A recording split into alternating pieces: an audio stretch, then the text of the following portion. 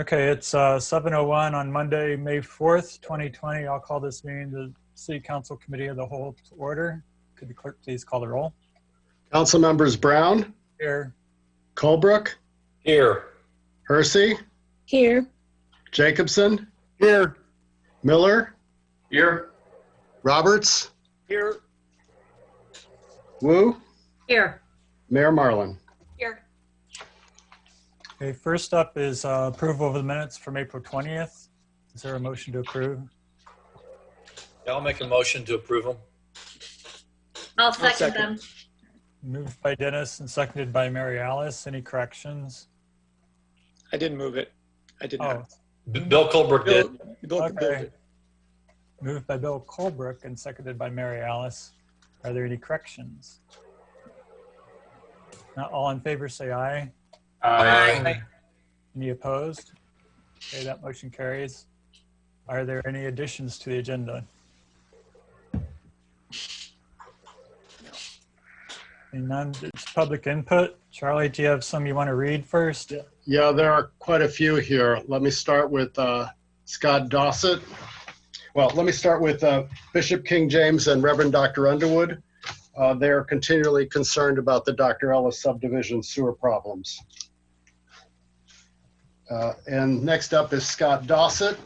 Hello, writing to opine about this townhouse project, referring the article on page A10 of Sunday, May 3, 2020 News Gazette. I hope you will take your time and carefully evaluate the proposed extension amendment. No reason to rush this. It seems that Green Street Realty's modus operandi is to wait till the last minute, then try to rush the city. At some point in time, I, as a resident of Urbana, start to feel gamed. So some questions. Why were their engineers not able to make a realistic evaluation of the utility workaround needed? The site was totally exposed because we paid for it to be so. The city put $1.5 million into this lot they got for free. What else might be misengineered on the project? For example, why, even though https://illinois.us 2000 Vine redesign shows otherwise, it is the east side of the development several feet higher than the pavement. The projection of the east part of this building over the east side of Urbana Street is going to be profound. How was the resulting change to the local hydrology factored into the design? I wouldn't want to own one of the two houses remaining on the 200 block of South Urbana. Will another design review be undertaken? As you recall, the exterior treatments, as shown in the doc noted above, came after a lot of public input about the shabby first design. Now, right out of the box, the developer wants to have a new type of siding that Saunders said will save money. Isn't most of the facade to be brick? What type of siding will be used? My overriding concern is that we are back to campus housing quality materials, not materials and design which accompany our federal and county courthouse, not the quality construction for our downtown. If this variance is given, what does the city get? Can the reimbursement of property taxes be reconsidered? What stick can the city provide to be certain this just doesn't get kicked down the road? Or are we going to find 6 months from now, after 6 months of relative inactivity mirroring the last 6 months of inactivity, that we are where we are right now?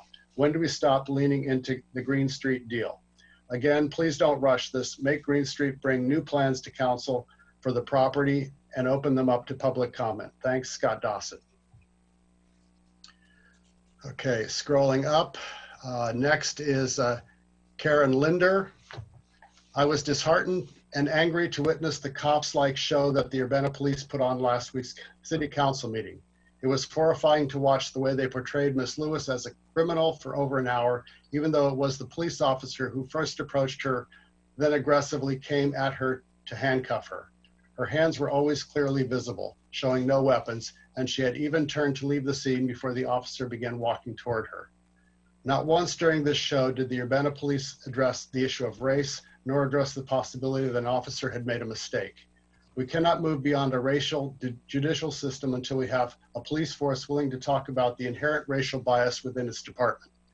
I demand all charges against Ms. Lewis be dropped. I further demand the Civilian Police Review Board be brought in to thoroughly investigate the conduct the Urbana police officers used in their dealings with Ms. Lewis. Let's all move in the right direction together. Thank you, Karen Linder.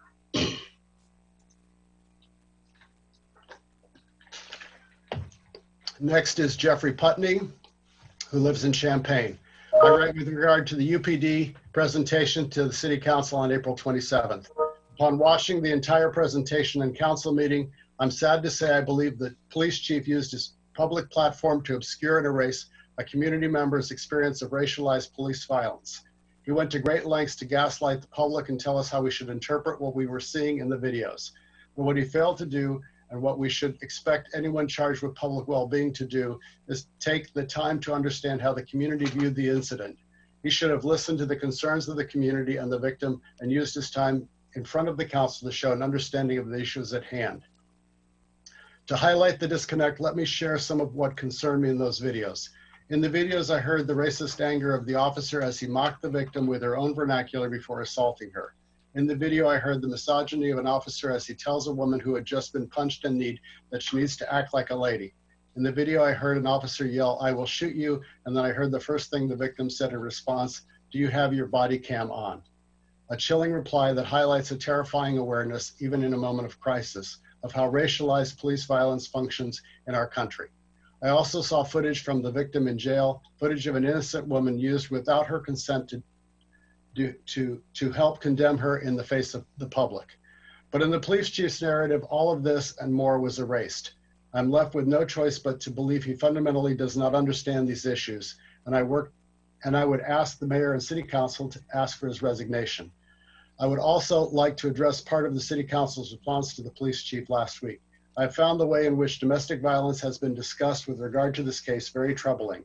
I would like to suggest to council members that the legitimacy of anyone's domestic violence experience never depends on whether a person feels safe involving police, and only the survivor of violence gets to choose how they identify their experience. All we know in this case is that there were potential signs of domestic violence, and that should be enough for us to treat any potential survivor with the care and support that everyone deserves. Thank you again for your time. Next is Jacqueline Hanna, and I'm an Urbana resident. I'm absolutely appalled by what I witnessed in the video of April 27th City Council meeting. It seems there is a basic lack of understanding of what domestic violence is both on our City Council and our police department, which is utterly unacceptable. On April 10th, the victim was threatened with a gun, and that was then discharged. She was threatened by a domestic partner with grievous bodily harm. There is no question this was domestic violence. Threats to hit, injure, or use a weapon are a form of serious psychological abuse. Being threatened with a gun by someone who is arguing with you, who is enraged, is severely traumatic and is abuse, legally. On April 27th, the police chief was allowed to present a one-sided case with no questions or response, and to make it seem as if the attack on this victim of domestic violence who needed aid was somehow justified.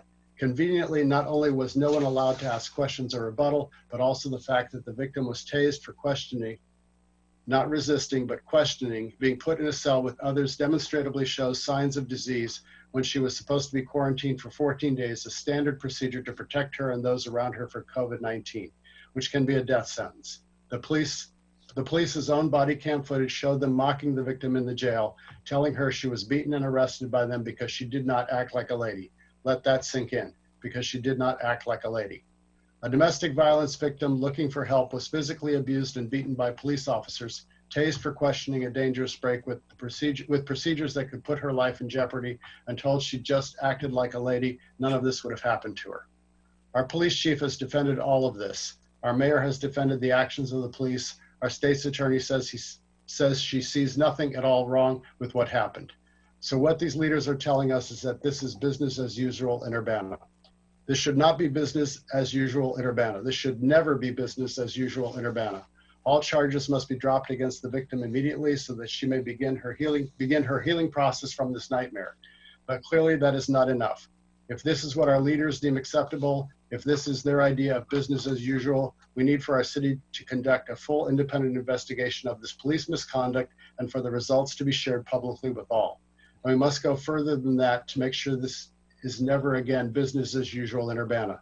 The Civilian Police Review Board must be given teeth. It must be redesigned to be able to accept complaints from any witness, to have subpoena power, and to have the power to take action based on its findings. Because this must never again be business as usual in Urbana, and our elected leaders need to step up now to prove it will not be going forward.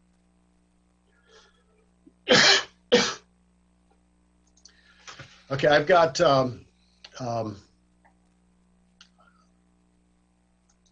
four people with the same email, the same contents, from Chelsea Birchmeyer, Danielle Dawson, Andy Lee Quarabeth, and Griffin Quazabar. It says, Dear City Council members, I am writing as a concerned member of the Champaign-Urbana community to speak out against an incident of police brutality by the Urbana Police Department that occurred on April 10, a violent incident on April 15 that occurred in the jail, and a one-sided presentation by the police chief at the City Council meeting on April 27. I am outraged that a community member who appears to have been threatened by a gun in her home was assaulted by the people who should be protecting her. She became a target of police violence when officers repeatedly escalated the situation during their investigation despite multiple opportunities to de-escalate.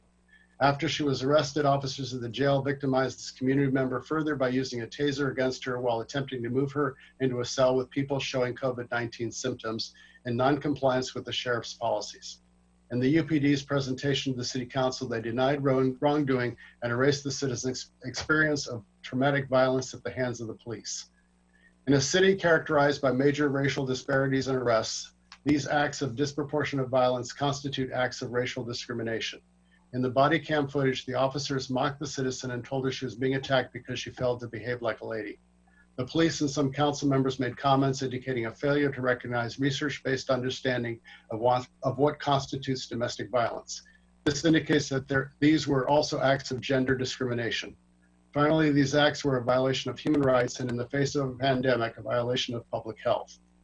The government will now enact further violence against a community member through the prison system if the city does not intervene to stop her prosecution. So far, the response by the City Council, Mayor, and Police Chief has only served to do further harm to the victim. The City Council must take action to prevent further harm to this community member. As a concerned citizen, I ask that you take the following actions. 1, the city must call for dropping all charges against the victim of police brutality immediately. The city must hold a full independent investigation of police misconduct with public disclosure of all findings. The county must hold an independent investigation of her assault by officers with a taser in the jail. The officers involved must be put on administrative leave. The police chief must resign given his failure to respond to this appropriately. The civilian review board must be redesigned to be a meaningful and useful process that allows any witness to submit a complaint, has subpoena power, and has disciplinary power to take action on its findings. Again, there were 4 people that submitted that.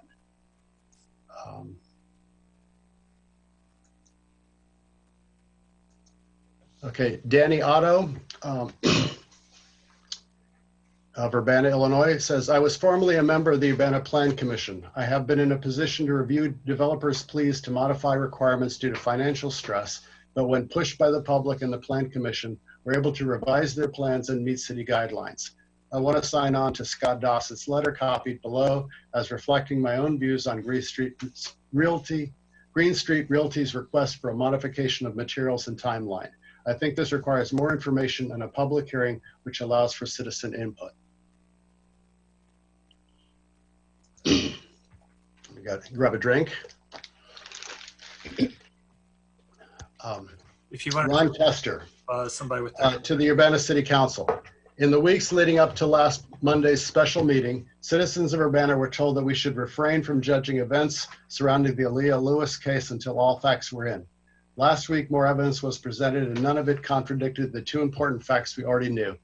A, Ms. Lewis was a victim of police violence, and B, a nonviolent resolution was available.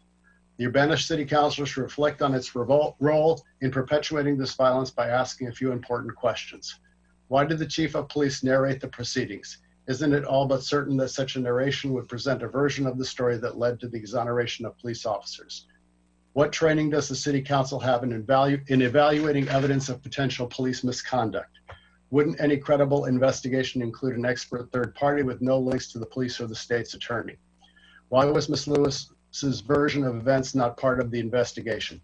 Wouldn't her participation be essential to any true investigation of the matter? The Urbana City Council did not act as representatives of the people, but as managers defraying liability due to incompetent performance. As with any internal investigation of this sort, the conclusion was written first and the facts were arranged and interpreted to fit that conclusion. Every police officer received a clear message from the false investigation. The system of oversight for Urbana Police is virtually absent. Police officers have the option to use force or de-escalate now, have the blessings of the city council to use violence. More than ever, the citizens of Urbana must demand the charges against Aaliyah Lewis be dropped and a formal apology issued by the city.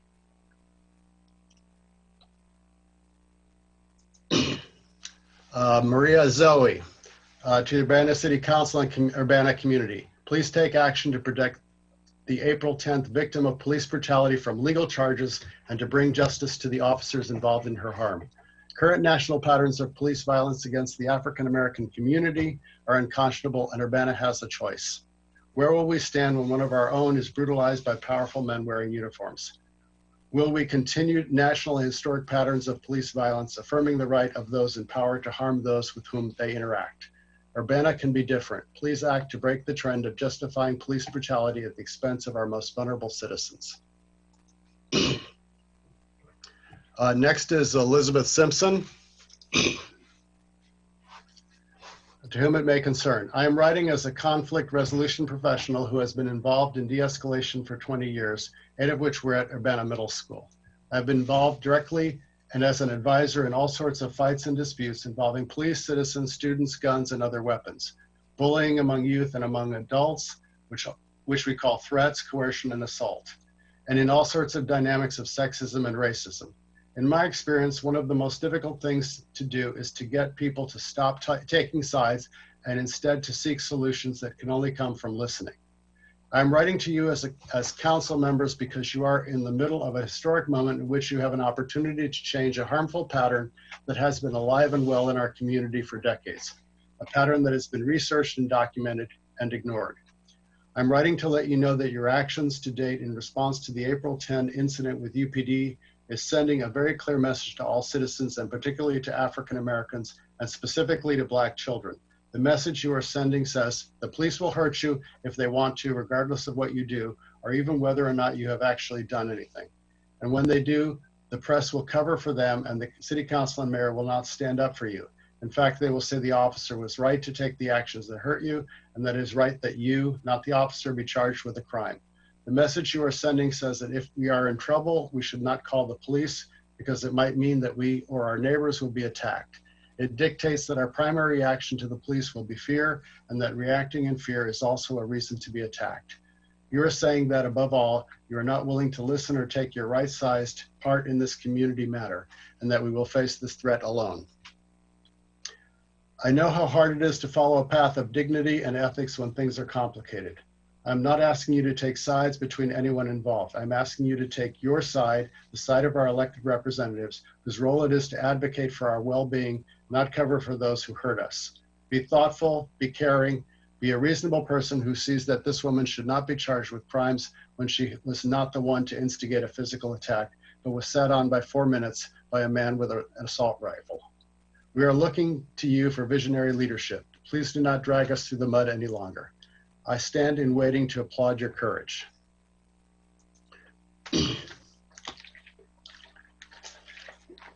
Next is Jane McClintock.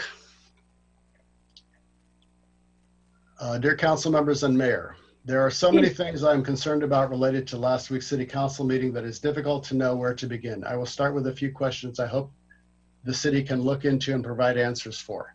Has the city investigated the allegation that police went to Gregory Hugger's home and asked him to take down the video posted of the incident?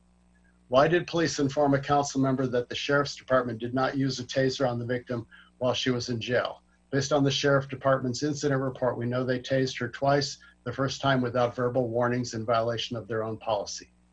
Has the police department provided any proof that Officer Cervantes broke his thumb? If not, could the city please request this and provide it to the public for clarity? Does the city or chief of police have a response to the most recent bystander video that has surfaced, including the new allegation that bystanders suggested the police were acting racist, and the police officer replied to the uninvolved young woman's comment by saying, "Do you want to see my gun?" Was the interview in jail videotaped surreptitiously? It certainly appears to be. Is this legal? Did you violate her Fifth Amendment rights by showing it publicly? Thank you in advance for clarification of these points. Briefly, a few of of my many concerns about the way police and city leadership has handled this investigation. After seeing the body cam footage, it was even more clear to me how poorly and unprofessional the officers handled the situation. The way the police chief, mayor, and council watched that brutal footage and then expressed that they felt the department was blameless was upsetting to say the least. Further, the body camera footage makes it even more clear that the officers had many chances to use verbal de-escalation tactics and chose not to do so despite their extensive training in these tools. First, when the two residents initially complied with orders to lay down on the ground with their arms outstretched, why did the officers fail to attempt to explain what was happening calmly while the situation was safe? We saw from the video of the police apprehending the minor, still surely a traumatic incident for the kid, but much better, that after the young man was on the ground, the officer explained to him in a calm and friendly way what was happening and what they needed from him. Officer Cervantes and Officer Ruff did no such thing. Rather, seconds after the residents were on the ground with their arms outstretched as instructed, the officers were shouting at the man to stand up. This appears to me very confusing.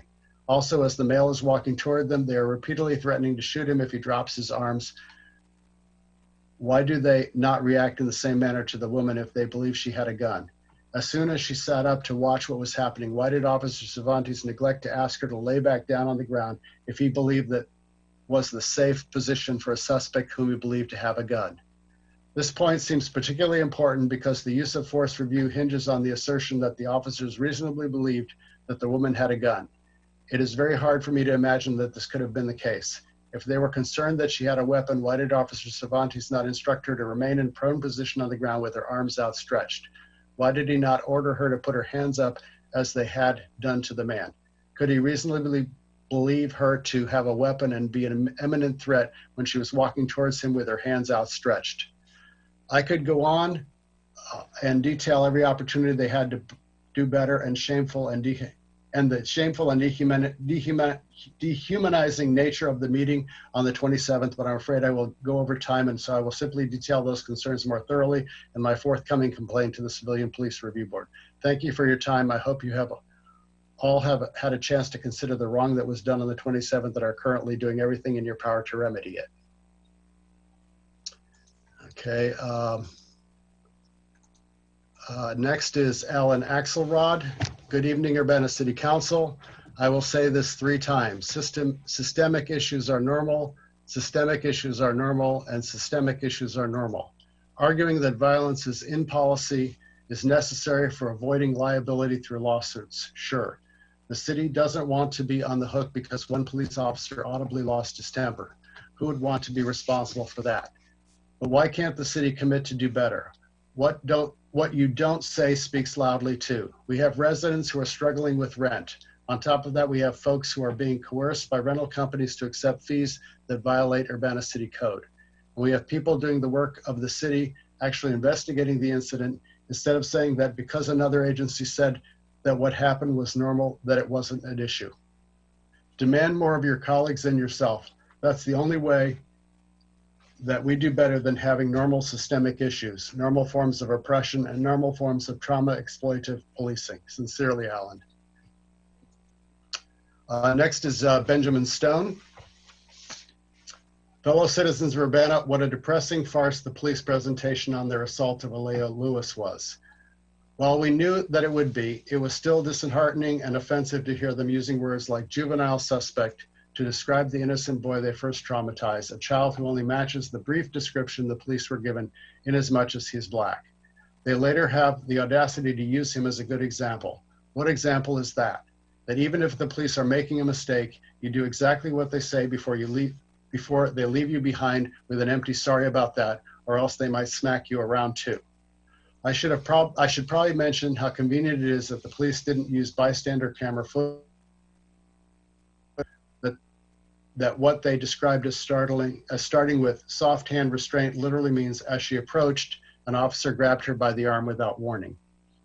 Maybe I should let folks know that the police didn't really give the full details of the 2 times that was subjected to being shot with a taser in the back without warning or attempts at de-escalation while already in jail. I guess the police chief doesn't like folks hearing that our brave boys in blue shoot small female prisoners in the back repeatedly with 50,000 volts, to keep us safe. Do the right thing, Urbana. Drop the charges, put the involved officers on leave, allow an external investigation. An injury to one is an injury to all. Next up is River Brown. To whom it may concern, the incident on April 10th demonstrates a kind of lack of concern for our well-being, the citizens of Champaign-Urbana, that I never want to see in my police officers. I strongly encourage the city of Urbana to invest in a much deeper investigation of the situation and drop all charges against the victim. Defending the behavior of those officers in that video as appropriate action is sending a message that you are not invested in our safety. In specific, there have been absurd and false allegations that she was not hurt in this interaction. In my medical opinion, it is unfounded, unreasonable to report that the victim was not physically harmed after the altercation that I viewed. Additionally, it appears that inflicting pain was the purpose of the officer's action at numerous points. The video is so disturbing that I do not wish to watch it even one more time, but having studied it, I recall in vivid detail several moments in which it seems evident that harm was incurred from the blows of her attackers. The assailant, who is sitting on the victim's back, cocks back his right knee and then lands a very solid knee strike to the right side of her torso, with all of his force and weight behind it. I would not be surprised if she sustained a fractured rib or injuries to the viscera of her abdomen or kidneys. In another minute or so, that same assailant is sitting on her back and he has his gun in one hand and her handcuffs held in his other. He hyperextends her shoulders for at least a minute. This movement, which is clearly not a necessary move to maintain control of the victim's movements, serves no clear purpose except to inflict pain, adds injury to injury.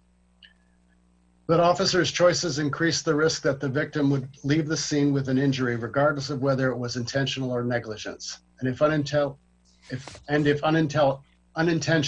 it demonstrates the lack of understanding of how to physically manage a body without causing harm. Again, this demonstrates a kind of lack of concern for the well-being of the citizens of Champaign-Urbana that I would be appalled by if conducted by anyone, but particularly would never want to see in my police officers. We need police officers who demonstrate respect for all bodies, especially the ones that are under their charge.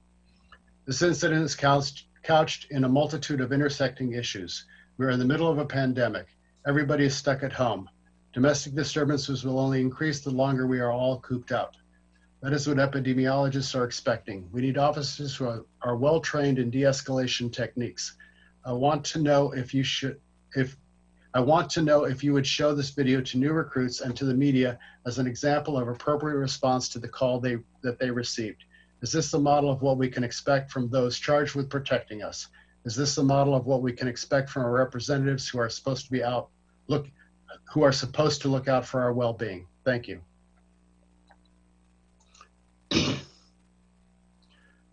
Next is email from Gina Peluso, I'm sorry. Dear City Council persons, thank you for the opportunity to address the Council regarding the proposed amendment to the 200 South Vine redevelopment agreement with Green Street Realty. I've been following this redevelopment proposal since it was first announced and prior to GSR's open house on October 18 of 2018, which I attended. I emailed Council on October 29, 2018 with many concerns that were raised by the letter of intent and the preliminary design of the project. I also emailed Council many additional concerns on January 13, 2019, just prior to the January 14 Committee of the Whole meeting where the redevelopment agreement was considered and approved. I come to you today with continued concerns. City staff has documented on page 2 of their April 28, 2020 memo to you that this redevelopment calls for a minimum $6 million budget. Page 5 of the February 12, 2019 signed redevelopment agreement defines that figure as not less than $5 million. GSR stated in their April 24, 2020 memo to the city staff, attachment C, that their new costs with substituted materials will come in just over $8 million. Although a building permit, as published in the March 2020 News Gazette, lists a cost of just over $5.5 million, a $2.5 million difference. My question is, what is the true cost of this project? Page 2 of the redevelopment agreement states that the project commencement dates means April 1, 2019, the date on or before when construction of the project is to commence. Since that date was not met, is GSR already in violation of the terms of the agreement? Page 5 of the redevelopment agreement states that GSR shall provide evidence of its ability to pay for the cost of the project, including a minimum equity contribution of not less than 20%. Yet Mr. Saunders' April 24, 2020 memo to staff states that the other challenge with this project has been to find a lender that is willing to finance the development. As the city received assurances that GSR has the 20% equity stake in this project that is codified in the redevelopment agreement. As Section 5.6 of the redevelopment agreement, business owned by minorities and females, and the $10,000 in staff time that the city agreed to pay to implement goals for contracting with business owned by minorities and females been implemented. Now that construction has begun. The revisions to the design of the project, as partially detailed in Attachment D, is not what Council originally agreed to approve. In researching MAC siding, I have found that it can add higher expense to the occupants of the buildings that use this type of product due to the heat conductivity nature of metal. Attachment D does not provide a detailed view of the proposed new materials. As stated by Mr. Saunders' April 24, 2020 memo to staff, GSR's project at 103 East Healy Street, Champaign, is a good representation of the MAC siding. I have attached photos of the project taken May 4th to this email for your reference. In my opinion, this material does not blend well with the current built environment at Vine Street or the residential Urbana Avenue neighborhood. Per the attached photos, it appears to buckle in places and does not represent any of the materials currently in use in downtown Urbana or along the adjacent Vine Street Courthouse or Urbana Avenue buildings. From Governor Pritzker's executive orders regarding COVID-19, construction is considered an essential business. I find Mr. Saunders' reference to the pandemic as a contributing factor to the delays of this project in his April 24, 2020 memo to staff, misleading at best. It's been over a year since construction was to begin on this project. I look forward to a response to the questions raised above.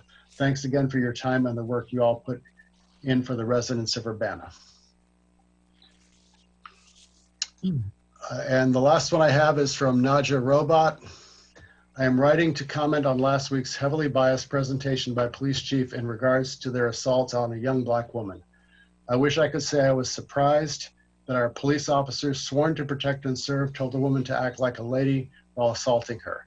I wish I was surprised that the police presentation didn't include a single mention of the multiple taser assaults the woman received while under police custody.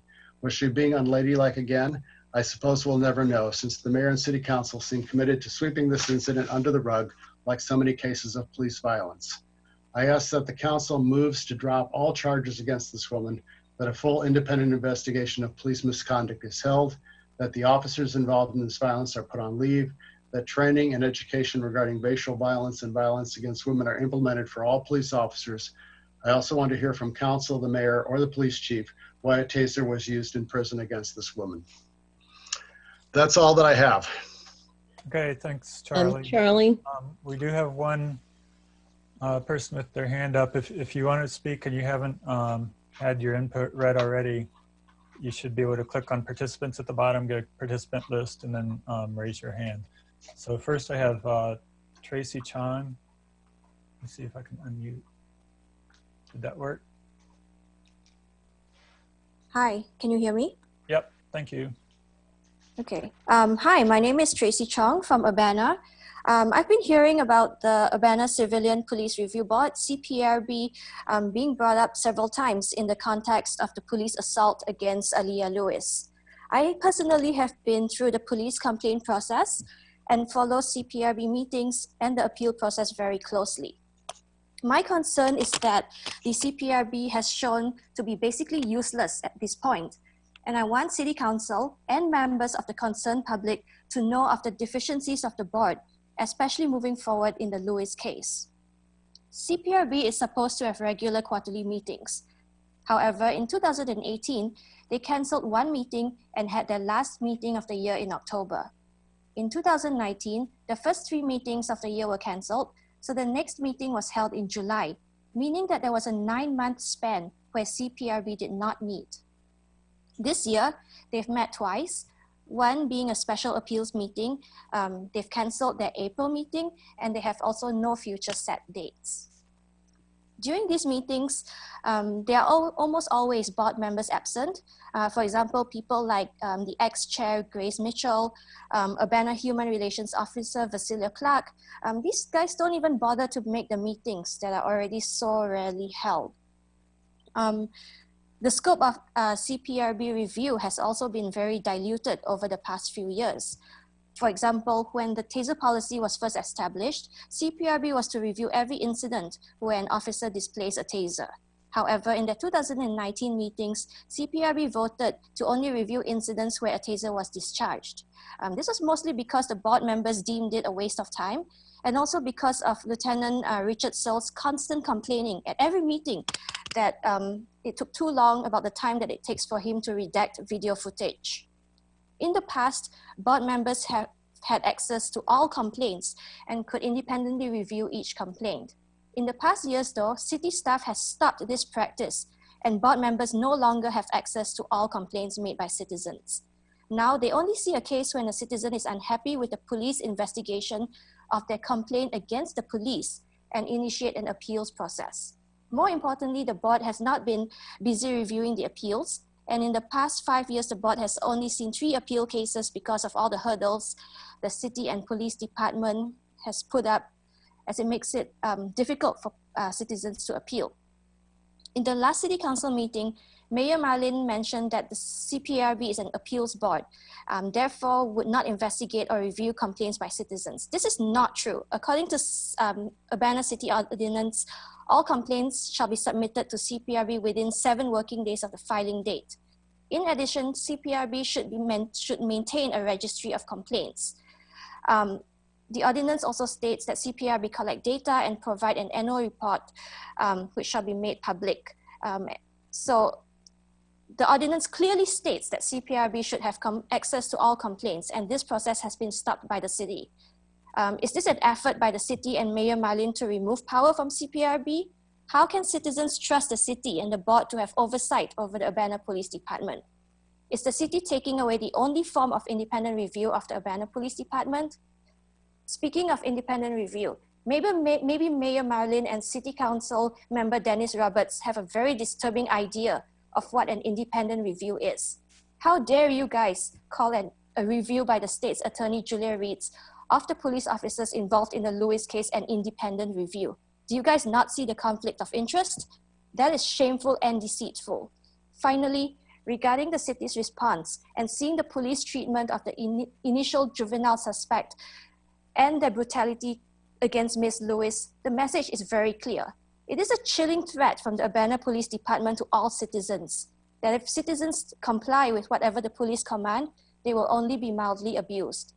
But if anyone dares question, speak up, or not comply, they will face the full force of police brutality. And the city says that that is business as usual. Thank you.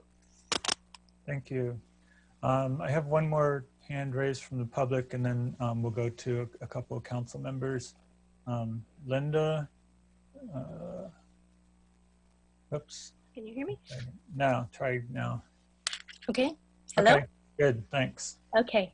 I'd like to make a statement in regards to the case of Aaliyah Lewis, who was violently apprehended by Urbana police on April 10th in Urbana. Last week's presentation to the City Council by the police presented footage from multiple body cams and dash cams. And while it may have appeared to present a complete story of what happened that day, both bystander videos show much more clearly that there was brutal assault being committed by these police officers. For anyone unaware, I'd like to bring to the attention of the public that there is an additional video of the event on YouTube, excuse me, under the name Good Friday, Urbana 41020. This video was taken from a different angle and a closer proximity than the original bystander video. In the video, within the first 3 minutes, you can see the officer sitting on top of Ms. Lewis punch her in the head with dramatic force. He also forcefully knee kicks her in the side while sitting on top of her. In addition, and this is not something that we heard or that you can hear in any of the other footage yet, is that Ms. Lewis asks, this is at minute 2 minutes in and 30 seconds into the video, She says, I want to ask a question. And one of the 3 officers on top of her responds, well, you don't approach us. We got guns and stuff. And then after this, the officer continued to sit on Ms. Lewis for several minutes after she'd already been forcibly restrained and handcuffed. Now, I question any police officer's judgment as well as his ability to function properly in his job if he feels justified in punching a woman in the head, as well as knee kicking her, all while he is sitting on top of her. I also question our police force as an institution if they feel this is justified behavior, and anyone else who sees this and says that this is okay. This is absolutely unacceptable behavior. I would also like to point out another thing that was not actually very clearly recorded in this video either, unfortunately, but I very clearly witnessed. Later on, during the time when Ms. Lewis was being put into the police car, 2 young women were walking on the sidewalk behind me and stopped to watch what was going on. One of them made a comment about the police being racist. One of the officers who was standing at the vehicle heard her and looked over, and just as he's walking out of the video frame, so you can't see him in the point when he's saying something, he says, you want to see my gun? And the young woman responds to him, that's none of my business. So again, anyone who wants to see this, the video on YouTube, you can look Good Friday, Urbana, 4/10/20. Now, I would like to also make a comment that I'm deeply disturbed by the casual way these officers are carrying around automatic assault rifles in Urbana, right next to a park, with a playground where children play, as if this is not appropriate anywhere. And I understand that there was gunfire, and that is the justification that they provided in their presentation. I understand that. And yet, they have these guns slung over their shoulders without control over it while they're trying to wrestle this woman to the ground. This is ridiculous. I also find very problematic and the cavalier and intimidating attitude these officers displayed regarding their guns, as if holding and carrying a gun confers them power over and the privilege of intimidating others, especially anyone who questions their actions, such as even Ms. Lewis trying to ask a simple question which they had not informed her anything about why she was even being arrested, before laying hands on her and then throwing her to the ground.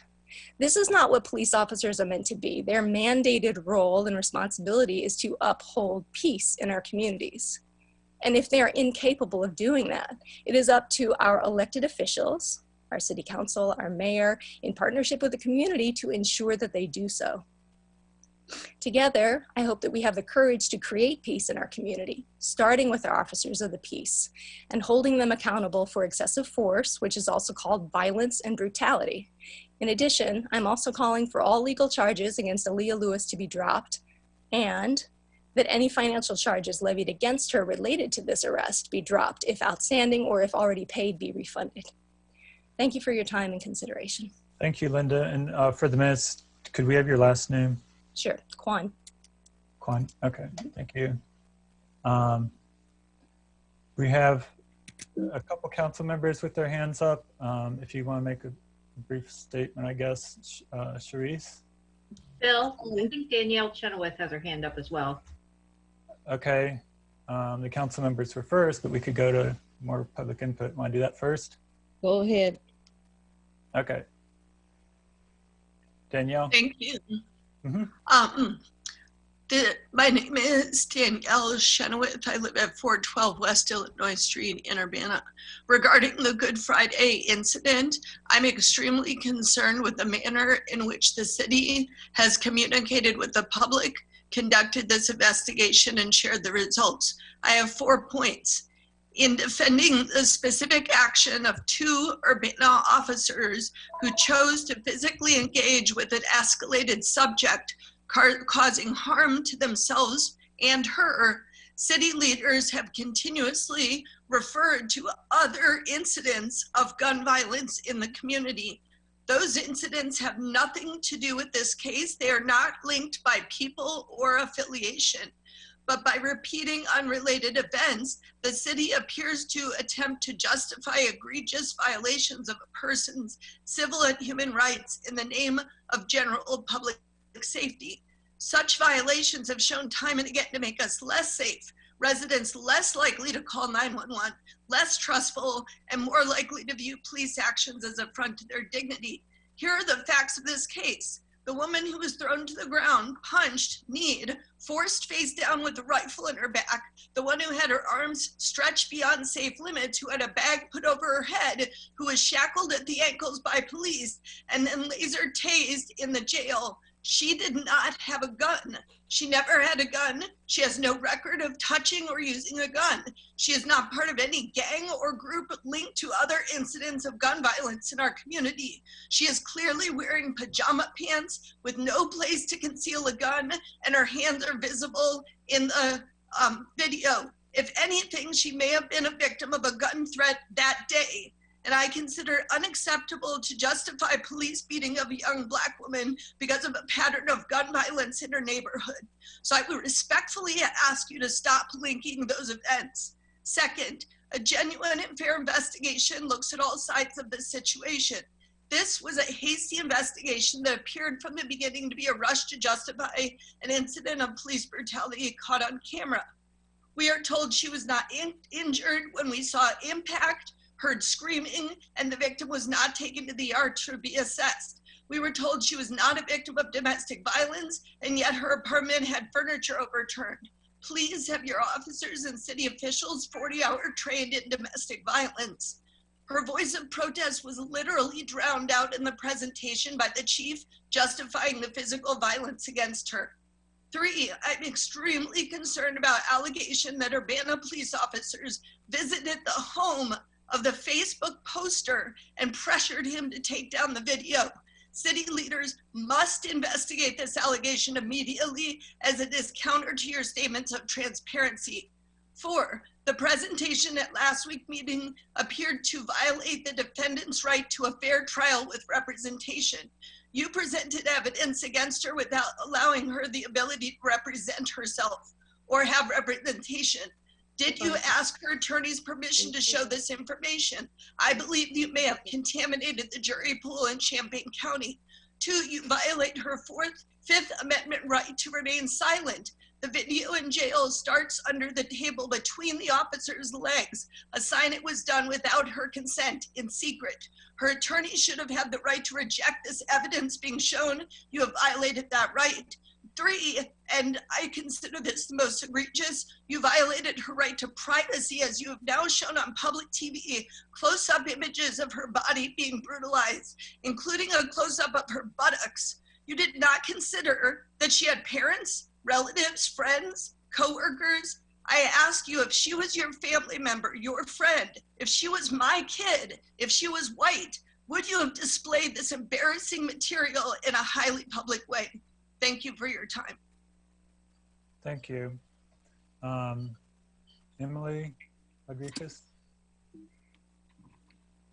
Hi, I'm a Champaign resident. I'm speaking today with my experience as I've served as chair of the Citizen Police Review Subcommittee for the past 2 years. For our training, we undergo dozens of hours of training on CPD policy. We do 10 hours of police ride-alongs annually. We need that training to review citizen complaints well, and also officers need to become familiar with questions that a citizen review panel might ask about investigation findings. We are trained so extensively because reviews can be done poorly. The public is not well served by a review that does not ask informed questions. The review then becomes a theater of accountability. Officers presenting the findings of an investigation might make choices in framing that persuade the reviewer, and the reviewer is none the wiser. I witnessed a poor review of police conduct at last week's Urbana City Council meeting. City Council members are not trained to review police complaints. It is my understanding that City Council members met in pairs with the lieutenant and the police chief in preparation for that meeting. Here you reviewed body and dash cam footage and had the opportunity to ask questions and discuss procedures. There were no interviews of bystanders made available to you. The same footage was presented in the City Council meeting of some, not all officers at the scene. Again, you are not briefed in UPD policy. I have reviewed the video and body cam footage. I'm sorry, I've reviewed the body cam footage that was made available in that meeting. and the videos made available by bystanders. I found no reason for the City Council to be satisfied with the professionalism shown by officers in that video. The presentation last week noted that officers are held responsible for what might be considered reasonable perception of subject actions. That is true. Officers are also held accountable for the training required by state law that they have had to take over the years. A seasoned officer is held to a higher standard than a rookie in his or her first year. Urbana police policy also states that officers are supposed to give multiple opportunities for voluntary compliance before resorting to a use of force. Officers have the option to also exercise discretion on how they enforce the law. For these reasons, in a use of force, reasonable is the floor, not the ceiling, for professional conduct. When I reviewed the footage, I saw no real attempt or opportunity for voluntary compliance for that resident. The resident asks why she's being detained, why she can't go home, and asks for an officer to explain. She then takes a few steps forward. Her hands are visible the entire time. She's not fleeing the scene, as one qualification for usual use of force stipulates. She's walking towards them. Then Sergeant Cervantes then says, "You're fixing to go to jail," and sprints towards the resident. Sergeant Cervantes then noted during the restraint, "Don't approach us, we've got guns and stuff." And then Officer Ruff's assault rifle is also flailing around. At one time, the resident rolls on top of it. Sergeant Coker, an instructor on verbal de-escalation training for Urbana police, tells her to act like a lady. The resident asks officers to talk with her with more respect. Sergeant Cervantes replies, "We tried that." These are just some reasons, some considerations that could have been aired and considered at a full review of police conduct that did not come out. The unfortunate outcome of that slipshod review likely discouraged future complainants from coming forward and gave no reason for Urbana police officers to reach a little higher and improve their professionalism. Finally, it is not the city's job to defend city government. It is the city's job to serve the public. Thank you. Thank you, Emily. Okay, we have 2 council members. Sharice, I think you can unmute yourself. Sharice, there you go.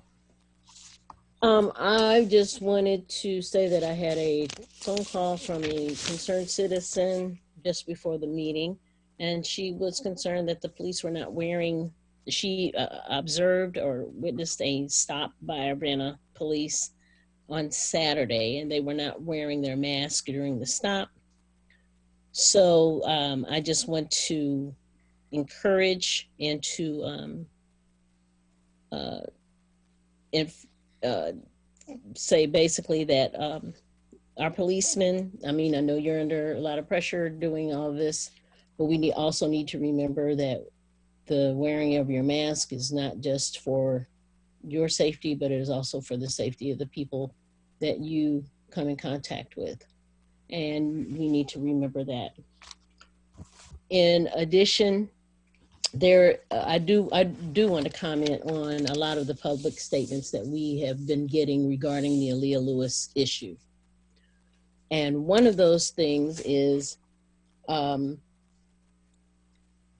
I keep hearing about her being a victim of domestic violence, which she may very well have been, but that is not the call that the police got. That is not what they were responding to. They weren't responding to a domestic violence call, they were responding to a shots fired call regarding the armory that the police had at the time. When you are replying to that type of call, you're responding to that kind of call, you don't know what you're walking into. And they had heavy arms because they did not know what they were walking into. And that is what they get paid to do. Another thing regarding her being tased in custody, I have not heard anything about that. I don't know that any of us have. Her custody at the time when she is taken into custody, my belief, my understanding is that she is then in sheriff's custody, not Urbana police custody. She's not at the Urbana jail. I could be wrong. She is at the county jail, and that is the sheriff's department, my understanding. I could be wrong. The other thing is that she was interviewed the next day. Yes, and there was a body cam was on the police officer. I believe it was Officer Rich, and there were no signs of bruises. She did not complain of any pain. She didn't say anything about being tased, at least not to that officer. She apologized for her behavior. She said that she did not recollect her behavior, and seemed to be surprised that she had actually spit and kicked the officer she was talking to, spit on and kicked at the officer she was talking to. When we talk about the police that's the other complaint about police not being COVID safe, and so on and so forth. And she wasn't either. And so when you want to accuse a policeman of attempted murder, as someone did, because they didn't have on a mask, she spit on a police officer. And doesn't that put her in the same tea kettle, so to speak? So I think all of us need to take a kind of calm down for a minute, just take it down a notch, and actually look at how this particular situation has gone from, instead of being, people being proactive, everything has been reactive. And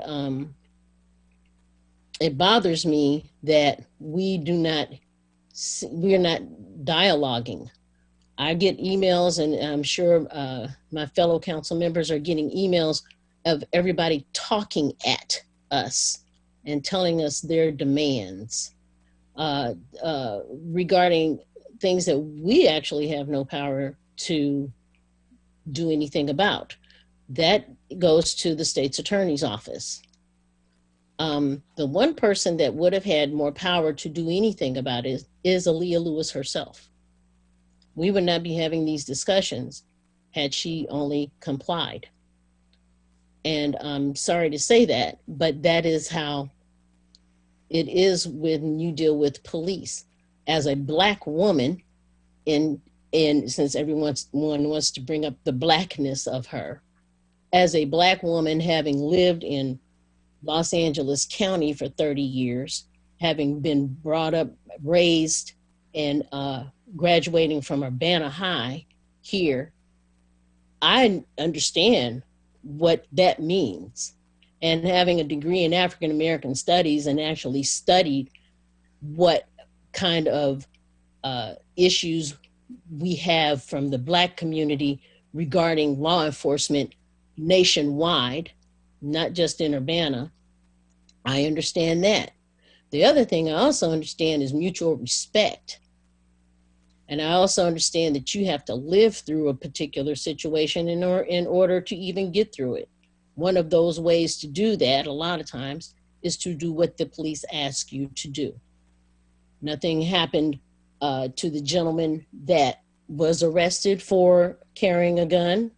Nothing happened violently to the gentleman that was stopped before they even came across them. We can talk about the suspicion of her being abused by the gentleman with the gun that she was walking down the street, but how we don't have any, not only do we not have any real facts about that, me as a council member myself, I don't have any facts about what may have happened to her. I can't begin to speculate what may have happened before, whether she was being beaten before her home was said to be in disarray. That could have been for several different reasons. We don't know. I don't know. And I don't know that anybody that has an opinion about it really knows.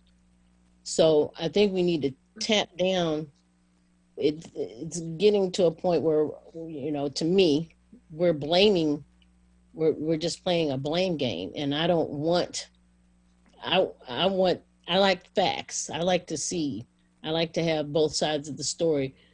And I've kind of seen both sides on a particular level. But it really just comes down to, I think we need to you know, I keep hearing they said or so-and-so said. None of that evidence has ever been brought before the city council. So any evidence of tasing or anything, not by the victim or the perpetrator or however you want to define her, nor by the police chief. So if she was tased, we've not been told about it, and she's not given us any information at all. And I can't go by he said, she said. That's basically all I want to say. Okay, thanks, Sharice. I raised my hand repeatedly. At least I clicked on the icon with the hand symbol. I don't know what. Go ahead. You're unmuted. Go ahead, Sarah. Okay, thank you. So my name is Sarah Nixon. The Urbana Police Department and Julia Reitz and Mayor Marlin claim that the fact that Ms. Lewis did not call for help means that the issue of domestic violence was not present in this situation. This is disturbing. Survivors face many barriers before calling police for help, and they frequently cite fear of reprisal by the abuser, among others, as a reason for not calling 911. So in this case, a neighbor called 911.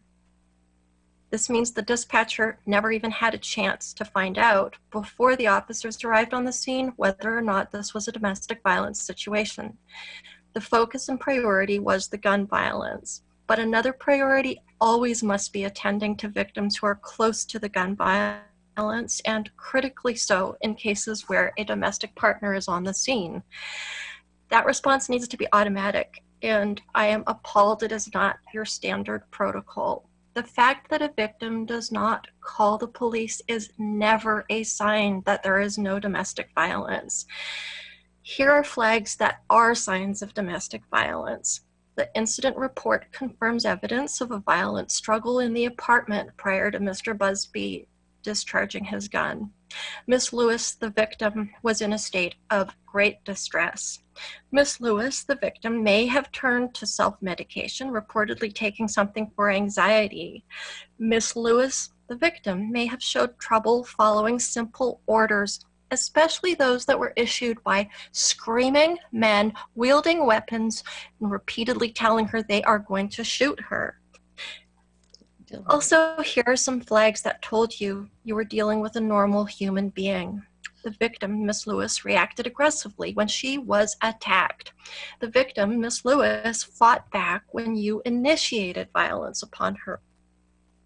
Domestic violence is not just black eyes and broken limbs. That is a myth.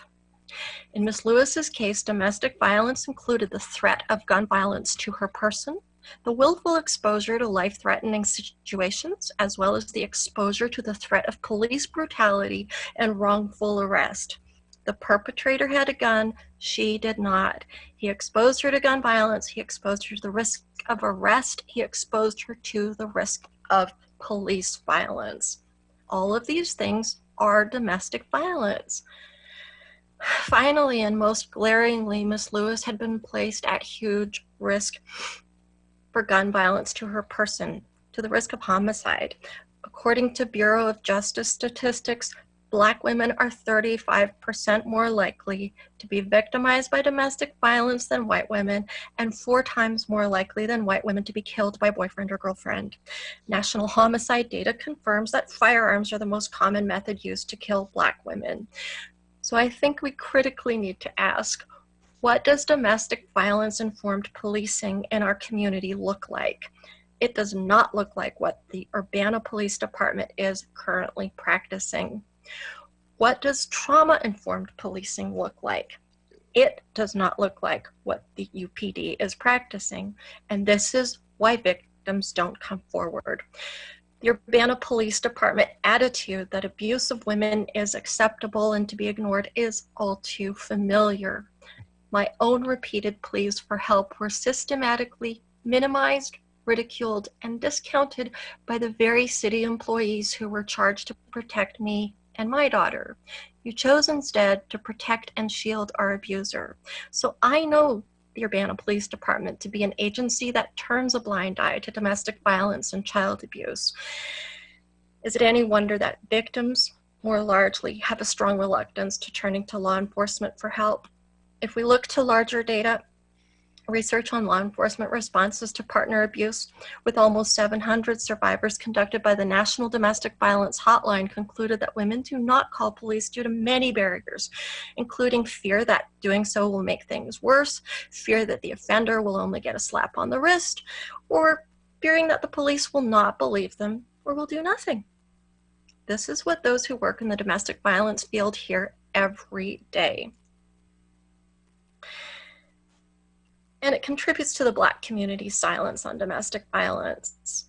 And African American women face many additional barriers, not least of which is the alarming incident of police shooting Black people. African Americans report being terrified and caught in a catch-22. Now, there can be no excuse for UPD Chief Bryant Seraphim, State's Attorney Julia Reitz, and Mayor of Urbana Diane Marlin to be oblivious of these basic facts of domestic violence. At the previous council meeting, you stated yourselves that domestic violence is the highest volume calls to the department. In closing, it is clear to lay people and experts alike that the Urbana Police Department's re-victimization of Ms. Lewis either violates department policies or the policies need changing. If this incident and public outcry doesn't trigger a full independent inquiry and policy reform, what will? Are you waiting for fatal misconduct? The Urbana Police Department critically needs independent investigation and fixing. It needs outside help. City leaders, do your jobs. And if you are not prepared to do your jobs, then step down so that competent leaders can take your place. There are so many honorable and outstanding men and women in blue. Thank God. But for those who are disgracing the badge and for the elected leadership that protects them while failing the rest of us, watchdogs are vital. And we, the community, must and will continue to watch and to call for reform. Thank you for hearing me. Thank you. Okay. Dennis, you were next, I think. All right, so I believe I'm unmuted. So I'm, first of all, we've spent quite a lot of time reviewing and listening to the concerns of the public. And I think that's a really important part of our responsibility as elected officials here on the City Council, even in the Committee of the Whole, to listen to the comments. And I have a couple thoughts. First of all, just by the very magnitude of the number of people who've commented and wished to participate in the conversations via email or by these discussions, I think that we need to take the review of the incident very seriously. And partly because we want to ascertain whether our police force can do better. I don't know if I'm interested in trying the police through public comment and dissertation, during the council meeting. I don't think that's appropriate. But I think the call for deeper review is valid. When I observed the videotapes from the police body cameras and the car camera, I would have said that there were several instances where I felt disappointed in the actions and the direction in which the activities took place concerning Miss Lewis. A person who apparently may have not been completely without having some substance abuse evident in her actions and physical deportment, could have been a signal to really work with de-escalation protocols during the detention of the subject. And it worked so differently between the female that was under detention stop and the male. And it was sort of an interesting thing that, yes, she displayed a lot of anxiety and feistiness, and she had quite a verbal harangue to take. But I think that our officers need to understand how to address a person in that kind of duress, as well as to defend, make sure that they're being safe themselves. And it wasn't really apparent to me that the officers in question had sufficient training. I think that there's a real concern in the public, and it's certainly in my mind now, and I've heard it from members of the CPRB, that right now it seems like the CPRB is rather dysfunctional in its ability to address these kinds of topics. Partly because the staffing for the CPRB has changed about 3 or 4 times in the last 3 years. And the department has been reorganized so that there's even a different individual in charge of the CPRB personnel.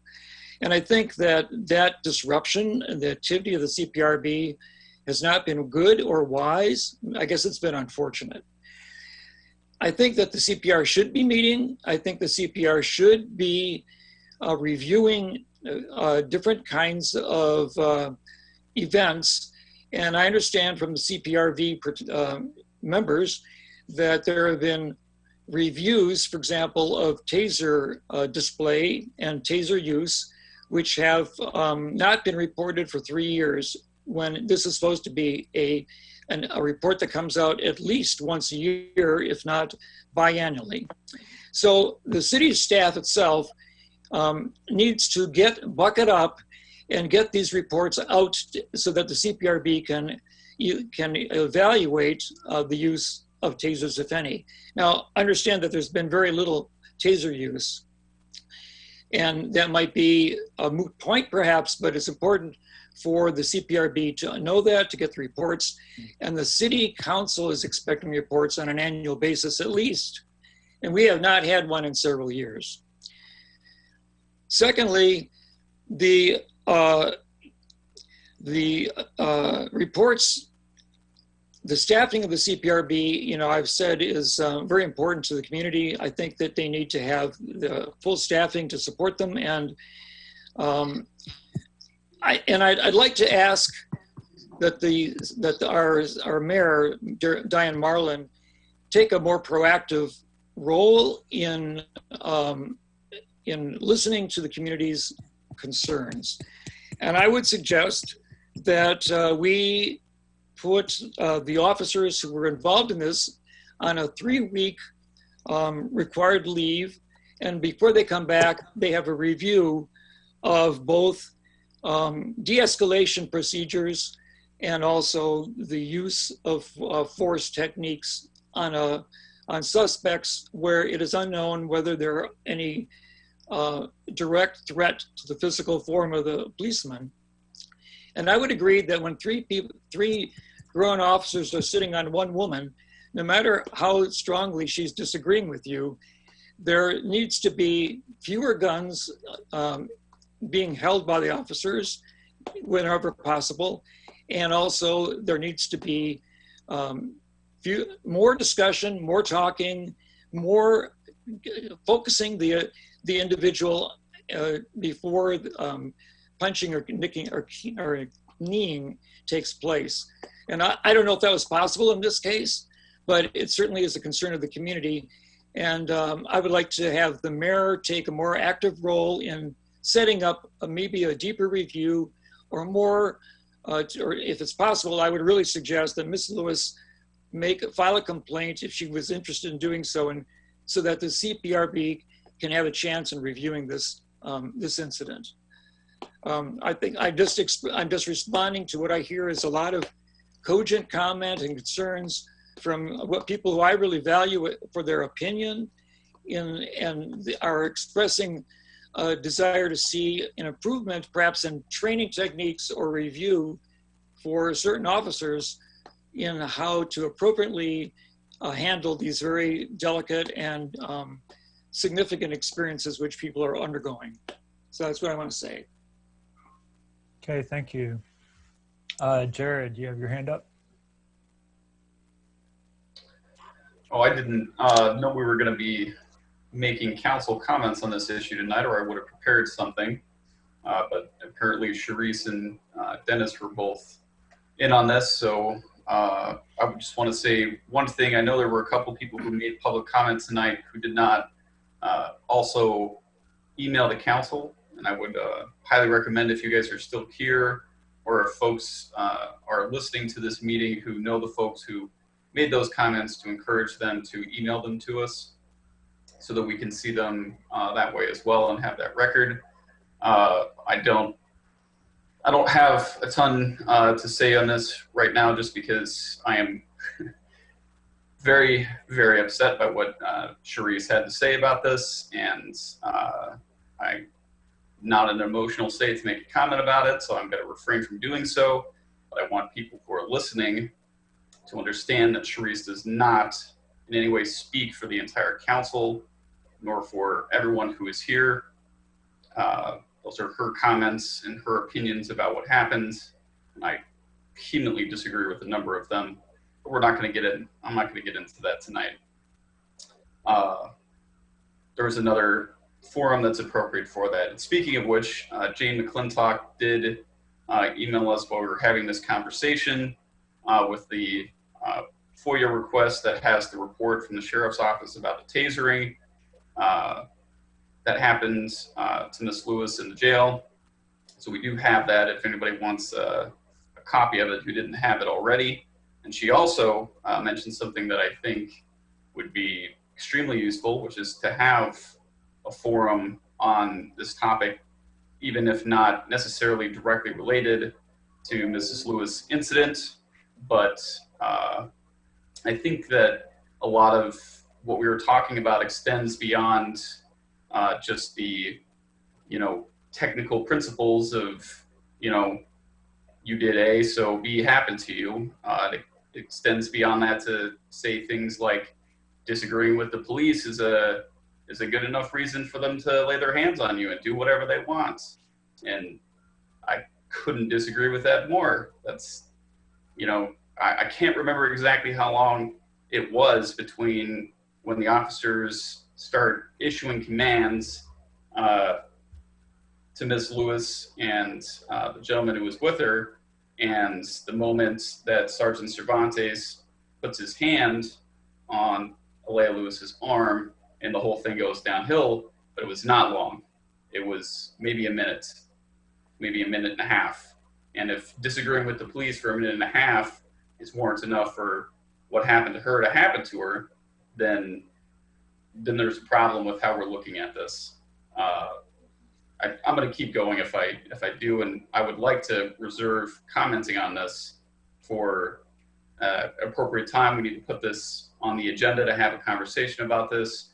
Public forum would be great. I would welcome that. Those are my comments. Thanks. Okay, thanks, Jared. Charisse, you can respond briefly if you want, and then Eric has his hand up. Yeah, that's all I wanted to do. I am not trying to villainize anybody. That's number one. Number two, what I would like, because I appreciate the input that the public has, but it's difficult for anybody to speak up about something when they don't have the information about it. So when we start off with from what I've read with my emails, with the police were answering a domestic violence thing. I just like to set things in order. That's all. And my understanding is that it wasn't a domestic violence call. And I have all kinds of empathy if this child is in fact being living with someone that is violating her. But I cannot comment regarding on what other people said happened when I don't have the information if that really happened or not. And the other thing is that when I do comment, I can only comment about what the facts seem to be.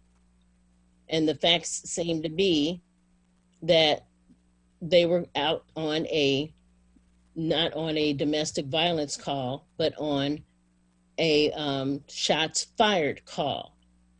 And nationwide, when police are called out on shots fired, they show loaded for bear. That's kind of how it goes. I do agree with Dennis on some things where maybe things need to be investigated even further.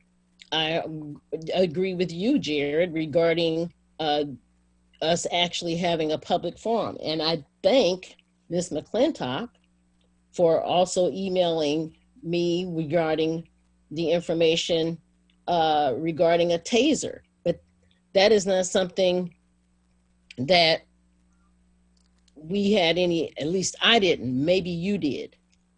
I had no knowledge of there being a taser used. And if it happened in the county jail, then that means the sheriff's department is responsible for her custody. Am I incorrect in saying that? Am I incorrect? Or am I correct? Okay. So that's not the police department, the Urbana Police Department, that is the sheriff's department. That's right. Okay. So I just want to make sure that I'm understanding that. I could, and I welcome anybody that, if you can correct me when I say it, please.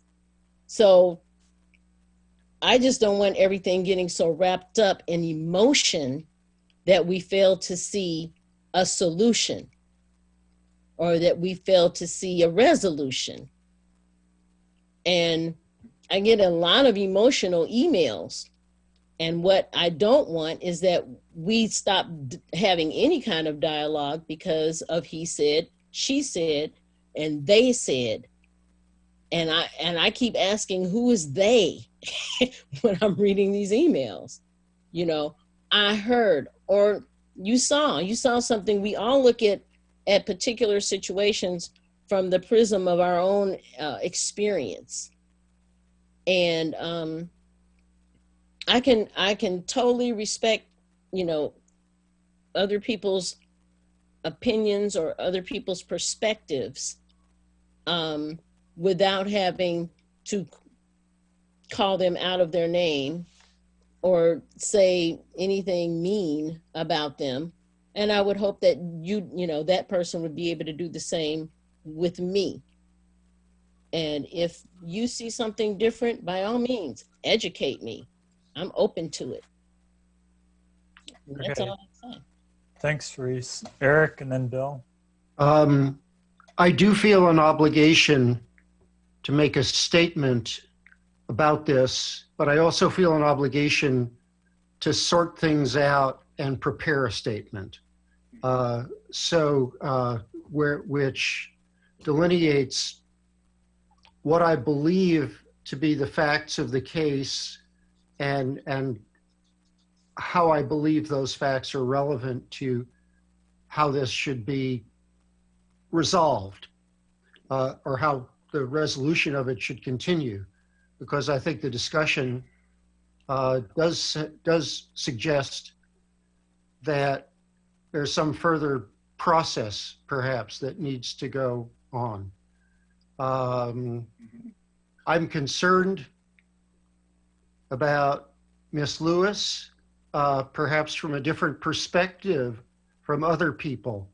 And that was the reason that when we were publicly in dialogue with the state's attorney, I talked about whether the case might be directed towards drug court, because this is another aspect that seems to have been involved. But in any case, I will I'll get my act together and better organized and have a statement for next week as part of, but I want to say that I really support what Charisse is saying, is that I think it is important for us to dialogue with each other as opposed to throwing demands at each other. Okay, thank you. Bill and then Mary Alice.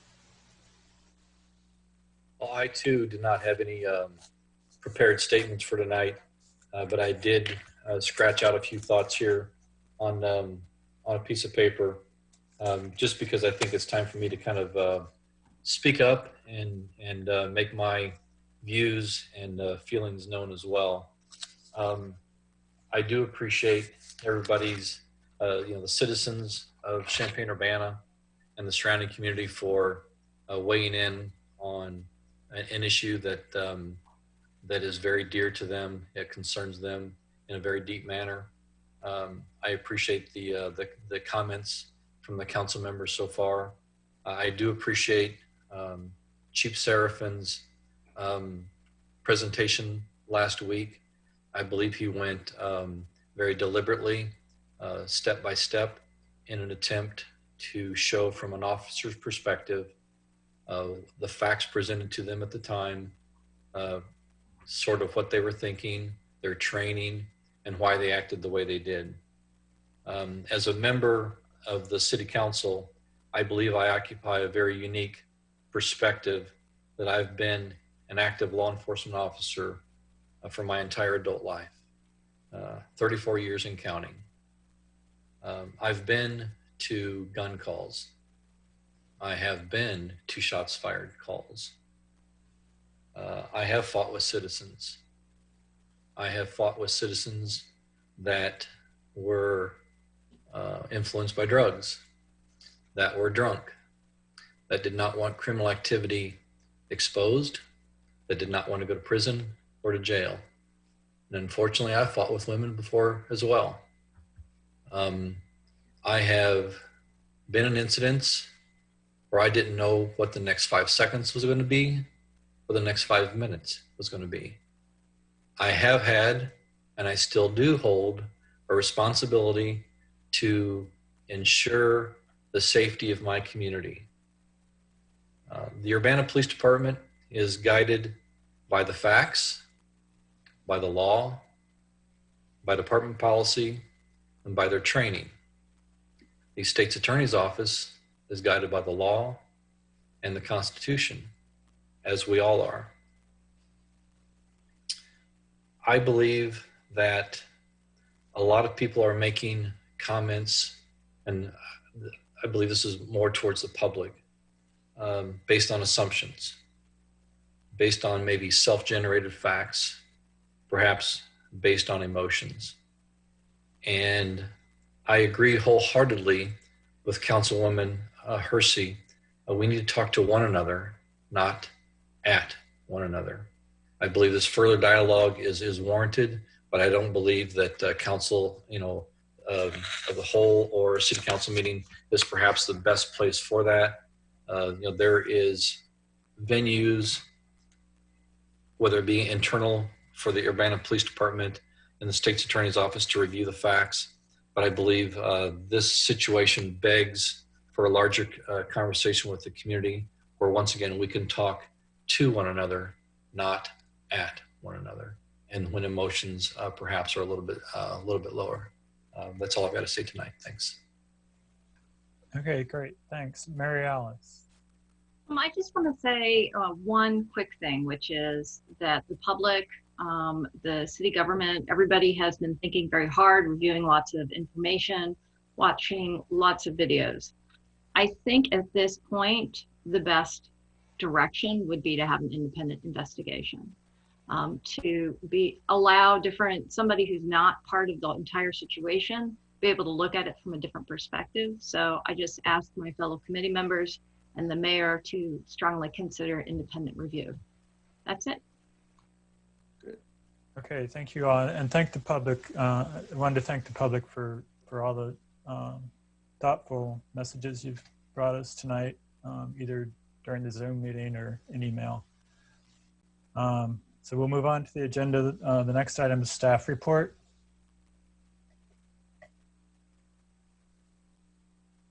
Is there any staff report? Yeah, sorry, had a little trouble getting my mic on. This is Carol Mitten, City Administrator. Bill, you had asked for a couple of updates. I'm prepared to do one of them tonight, and you'll see a couple next week. So you had asked for an update on revenue projections and where we are in budget preparation. And Elizabeth Hannon had been planning on doing that next week, and so we will be prepared to do that next week. You had also requested an update on the comprehensive plan efforts that are underway, being led by Andrea Rudy. And we have I think we'll have a better report giving that next week, because we have some efforts underway that are helping to I think, shape the direction of the comprehensive plan that maybe we hadn't even anticipated when we started. So she'll be prepared to make a report on that next week. And then you had requested also an update on Public Works and where we are with some staffing. And I'd be happy to give you that update, but I also wanted to give you an update on where we are with some of the projects that I've been trying to keep you informed about as we proceed through. So I'll just run through that quickly, and then if you have any questions, I'd be happy to answer them. So MCOR Phase 5 began today. The road closure started today on Green Street between McCullough and Race, and that project will go until November, when substantial completion is expected in late November. And we will be having a virtual public meeting with anyone from that affected community on May 12th. The Dr. Ellis project, where we're making upgrades to the infrastructure there, is well underway, and we're really happy with the progress there. Kinch Street is not as robustly underway, but we're exchanging some submittals with the contractor there. That's the lighting project.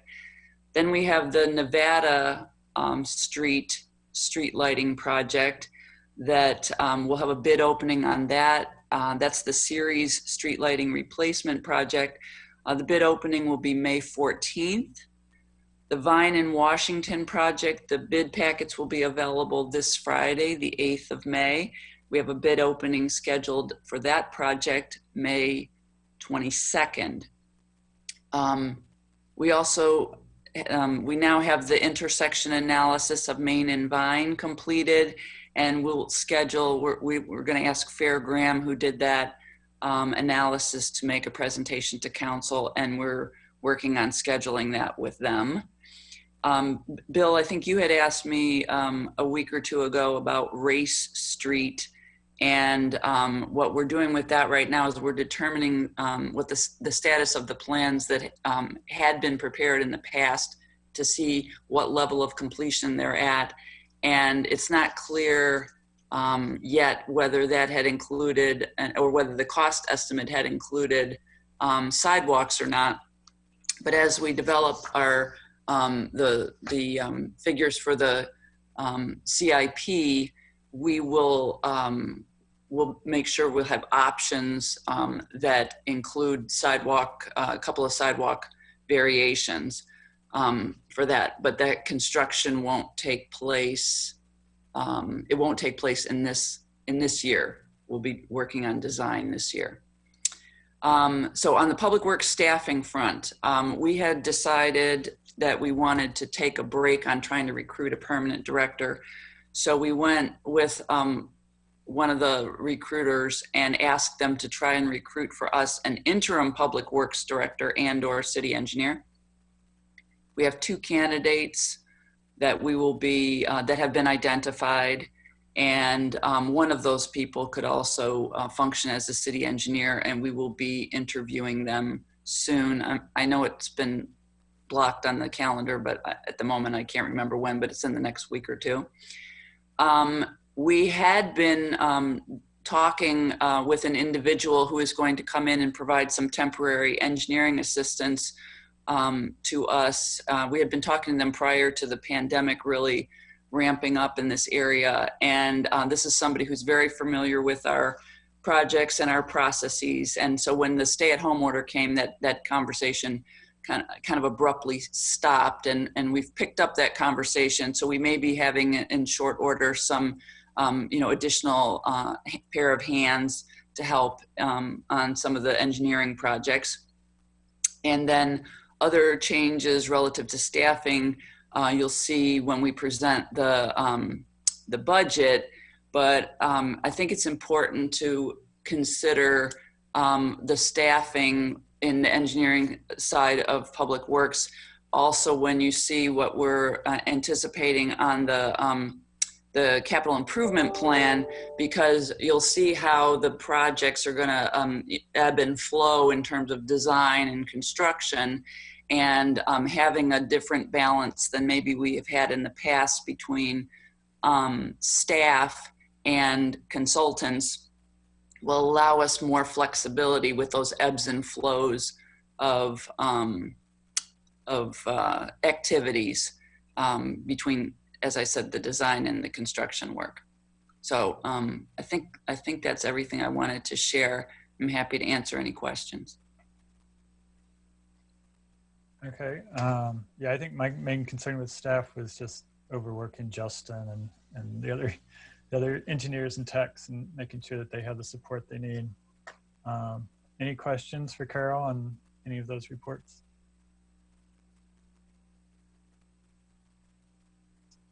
Seeing none.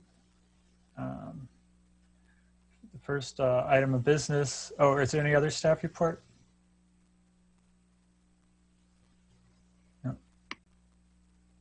Okay, the first item of business is ordinance number 2020-04-025, an ordinance approving special use permit for 205 North High Cross Road, OSF Healthcare, plan case 2399 SU 20. And this was sent back to committee last week because some council members had some ideas or concerns. Did anybody want to discuss anything there? Should we have a motion first?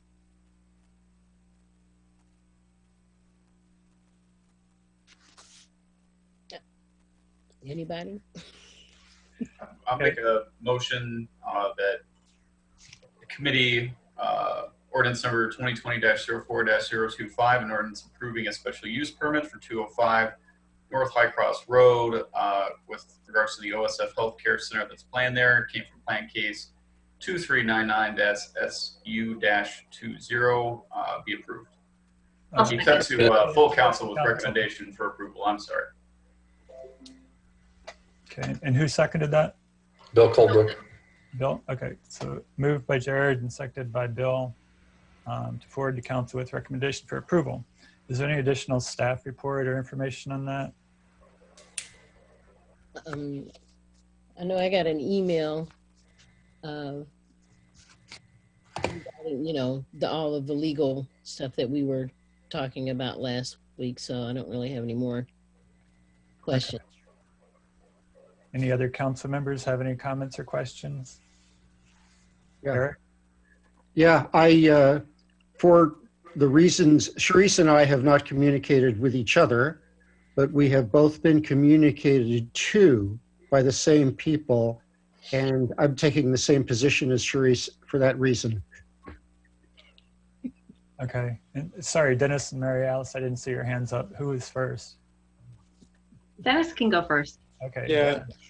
Yeah, I just wanted to say that, first of all, I appreciate returning the this item to the Committee of the Whole, which is the appropriate place for items from Planning Commission to arrive at the City Council for consideration. It gives us and the public an opportunity to have a chance to review this and get comments from the public if there are going to be any, and a little bit of a discussion before working on it and making a decision automatically in the City Council. So I appreciate that. Well, okay, we didn't have that happen to us, but I appreciate the City Council members agreeing to send it to committee for review. And one of the things that came up is that we're looking at this as a special use permit, and it's come to light that actually any kind of hospital, clinic function would have to receive some kind of a special use clinic in pretty much all the different zoning districts. So it's appropriate that we review this. The Planning Commission didn't have any objection to this. And the only thing that they came up had to do with certain financial aspects of the agreement that we might, that might relate to property taxes or whatever. But these things are moot at this point because they're up in the air. And actually those kinds of concerns should not really necessarily influence a decision about an appropriate acceptance or denial of a special use. But it did open up the concept of maybe it would be useful for the City Council in the future, maybe during the budgeting period when we're looking at and reviewing fees and other kinds of aspects of the city revenues, to try to understand more tangibly how organizations like OSF contribute to the actual real true needs of the city itself and not even just the wider community. The city's greatest cost burden is personnel, and the greatest recipients of that are public servants, the police department and the fire department. And if we find that certain charitable organizations are unable to support us directly for that, it would be useful to find out what ways they do support the community so that we feel that indeed they understand that the community that they live in is, and its health and its vigor is very important to them, as well as their bottom line and their potential profit. So I just want to say that I'm looking always for larger organizations in the community to support the city in multiple ways, whether it be on the ground through some certain physical aspects of the property that they're going to be occupying, or some way of contributing to the community and to the city itself in a very direct manner. So that's what I would like to say. Okay, thanks. Mary Alice? Yes, so I called Lori today because I know that one of the topics of conversation, aside from property tax, was also the sidewalk and the connectivity across High Cross Road and across Main Street, I believe is what it's called. So when I spoke to Lori, she had said that it's already part of our zoning that a sidewalk would have to be built in front of the property. So in terms of having a sidewalk built continuously, that would be something that would be brought up perhaps later, but OSF would be required as part of the building process to actually put a sidewalk in front. And I believe, Lori, I think you're still on here, but I don't know if you had an opportunity to look at how that would connect to Aldi's, but I believe that sidewalk would start from the OSF property and then wrap around to Aldi's. And so that would be kind of a continuous segment. Would you be able to speak to that? Sure, and Lily can correct any of my inaccuracies if she pulls up a map perhaps. But yes, so the sidewalk that would be required as part of our subdivision ordinance would be one that would connect in a north-south orientation, and it would connect the Aldi property to the south all the way along the OSF property, and it would then connect to the sidewalk that already exists to the north. So the condition that is in the ordinance that has to do with a sidewalk is related only to a connection piece at the intersection, which is off-site. So the sidewalk that is required by code is considered adjacent to the site or on the site to make that to make those connections. So piece by piece, we hopefully will eventually have a completely connected sidewalk in that area. Yes, and it would wrap around, because right now it wraps around south of Aldi and then around the curve. It just doesn't connect to the crosswalks for High Cross or for University. Okay, all right. My other statement was that thank you, Lori, I appreciate the input. I'm very happy to see that OSF is interested in building this facility in this area. I think that it will offer healthcare services to an area that doesn't really have a lot of access. A lot of the healthcare services have been moved over to Windsor, so south of Urbana, both in Champaign and in Urbana. And then we have the 2 hospitals, but there's nothing really over there on the northeast portion of Urbana. So for that reason, I'm in support of this. Okay, thanks. Anyone else have comments? I think to clarify the sidewalk issue, to connect to the intersection, it has to go over a pretty large ditch. And the memo said that a box culvert would be required. And what was the estimate, 150,000 or 50,000? Or something like that. Do you remember? 120. 120,000. So a pretty expensive box culvert installation to get across that ditch. So I hope we can keep exploring ways to fund that. Maybe look at special assessments, although special assessments probably it's a little bit too big of a hammer for a smaller project like that. But maybe with that in mind, we could get the negotiations going a little bit and seeing what people could do. Bill Colbrook, you have your hand up? Yes, I did. Thanks. So I used to live in Behringer Commons not too long ago. We owned a property right along that stretch along High Cross Road, and having teenagers who on occasion want to go shopping, over at Walmart or go to other places in town. Just as a citizen, it was disappointing for me that there was not a connecting sidewalk from the existing one behind the condos along High Cross. And then of course it gets to the Aldi property there at the curve. There's no improved crosswalk that crosses University to the south to get to the newly installed trail, which is such an asset to that section of town to begin with. So of course I'm in complete support of not only the sidewalk by code because of potential build by OSF, but also making sure that we get the crosswalk built across University Avenue so we can connect north and south down to the trail. I believe it's if nothing else, it's a safety issue for the pedestrians in that side of town. So it's just kind of personal to me because I always worried about my kids leaving the house and having to go on foot. There's speeds out there, get kind of high, and drivers typically don't expect pedestrians to be crossing the road. So I think a crosswalk being built there, if nothing else, is great for safety for the citizens of Urbana. Okay, thank you.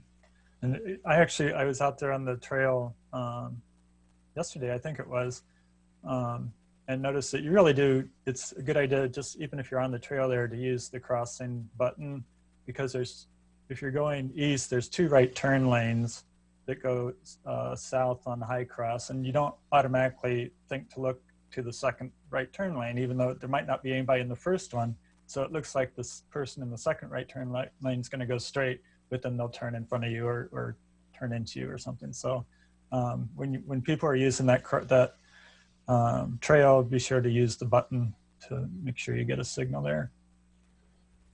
Okay, seeing no more comments. One other thing too as well, I'm sorry. I just wanted the council to know that I sent an email to the Behringer Homeowners Association, the emails that were listed on their website, asking if they had input. And as of today, I have not received anything back. That's been out for about probably 2 or 3 weeks now. I can't remember the exact date, but I specifically solicited whatever input they would have from a homeowners association perspective on the crosswalk and the OSF project, and I haven't received anything back, unfortunately. Okay, thanks.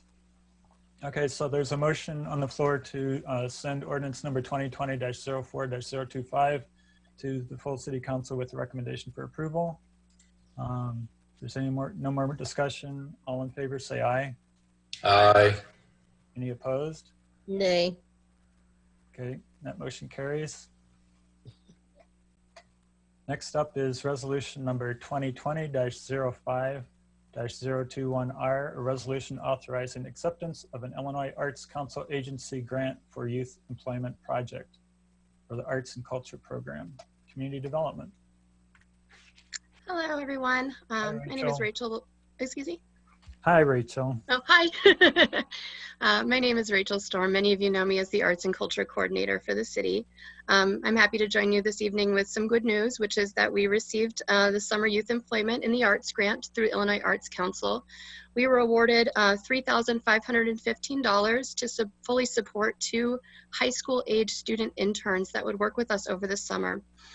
Their role would be to provide general administrative support and assistance in kind of online campaigns, marketing, social media, tracking engagement, data entry, and certain types of our programs and general programmatic initiatives that we have going on. This internship has been one that we've actually been able to provide a number of years in a row now, so we're very delighted to have received this grant now a number of years. In each inference, we've had a lot of great experiences with our interns, and we're able to offer high school students an opportunity not simply to work with a local arts agency, but to also get some local government experience as well. So it's been a really good experience for them. We are excited to be able to carry on this tradition, but even last summer, you might recall that we had 2 interns as well. So they were able to work on projects such as our summer movie nights, our Art at the Market series, our Young Artist Studio series, and the newer Downtown Get Down that we had last summer. As we all are very aware, COVID-19 is really changing how we're doing work at the moment. And with working from home and working remotely in accordance with public health guidelines, we are also prepared to shift work responsibilities. A lot of what we had them doing last year, they'll be able to do again. So we're very excited about that, and we've been in good communication with the Arts Council about the current environment and kind of maintaining this grant, and we're looking very forward to it. This grant fund has already been awarded to the city, but of course it's necessary to adopt this resolution signifying formal acceptance by City Council and outlining terms. I want to identify to you that the grant again is in the amount of $3,515.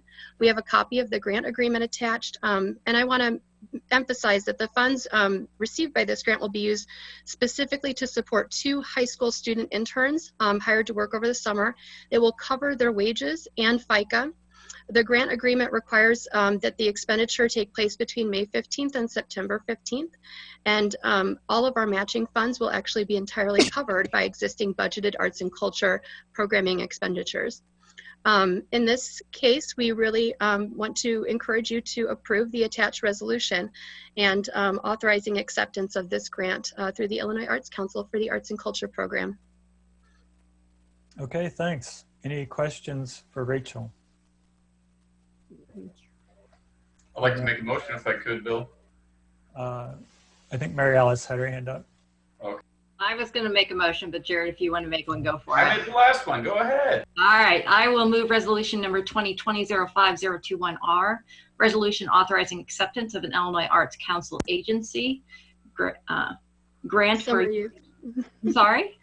Summer Youth Employment Grant. Thank you. A Summer Youth Employment Grant for the Arts and Culture Program with a recommendation for approval to City Council. I'll second that. Okay, it's moved by Mary Alice and seconded by Jared. Any discussion? I just wanted to say something quickly, if that's okay, Bill. Sure. I have been, it's been really nice to see all the hard work that the city staff have been doing during this COVID time. I've seen a lot of different videos done by Jason, done by Bridget. I've seen a lot of social media going on, and I'm really excited to see what kind of innovative stuff the Arts and Cultures program is going to be doing right now, because I think that that will show us what we can do in addition once we get back to having summer festivals and having, you know, arts in the farmers market and so forth. So I think this is a great opportunity. Thank you. Okay, thanks. Anyone else?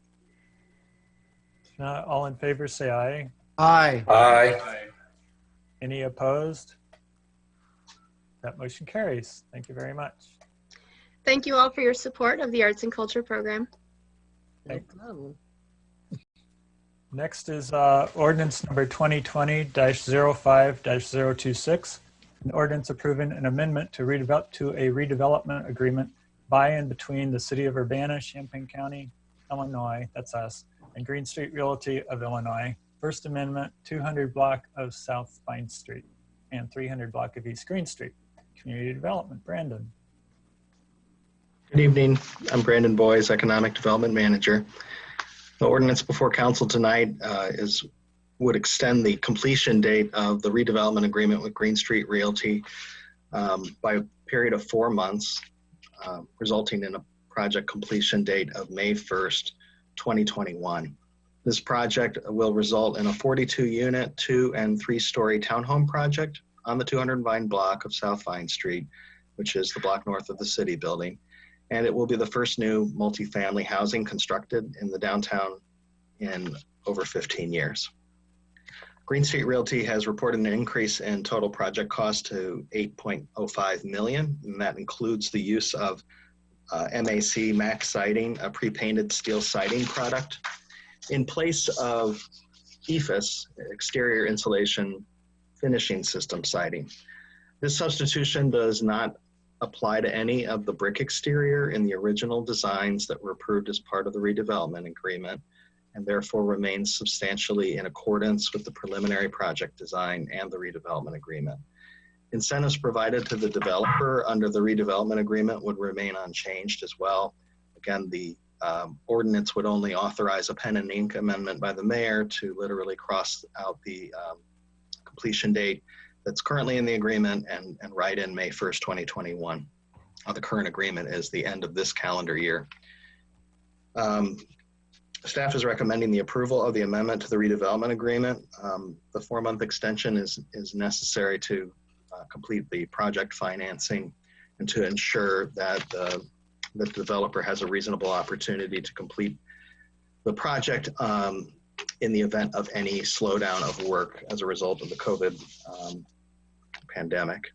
Chris Saunders of Green Street Realty is here on the call this evening, and I'd like to give him an opportunity to make a comment as well. Yeah, thanks, Brandon. I think you kind of covered it. Just wanted to give everybody just kind of a quick update on the project. If you've been by it recently, the last month, 6 weeks or so, things are really starting to move on our end. It's been kind of a long and painful process. As we knew when we bought this project, we knew there was quite a bit of site utility work that needed to be moved to get the project to the point where we could develop it as we wanted. Some of those utility lines that run on that project feed not only the city building, but also the courthouses and a lot of downtown type projects. So we got a lot of that utility work going in 2019. We paid over $200,000 to Ameren, Comcast, AT&T to do their work. Of course, we were on their timelines. When you pay for those utility movements, they don't just run out and immediately move the utilities for you. So we were kind of on their schedules, which slowed us down a little bit and got us into the winter months, making some of our work kind of hard to get done. We've kind of worked real hard on this project to find a local lender that was willing to do the project with us, and some of those difficulties. There's really a couple. One of the difficulties is just the loan size. This ended up being a little bit bigger project than we had anticipated. We kind of anticipated between $5 and $6 million to complete the project, and we really are up to almost $8 million. And that we're seeing across the board.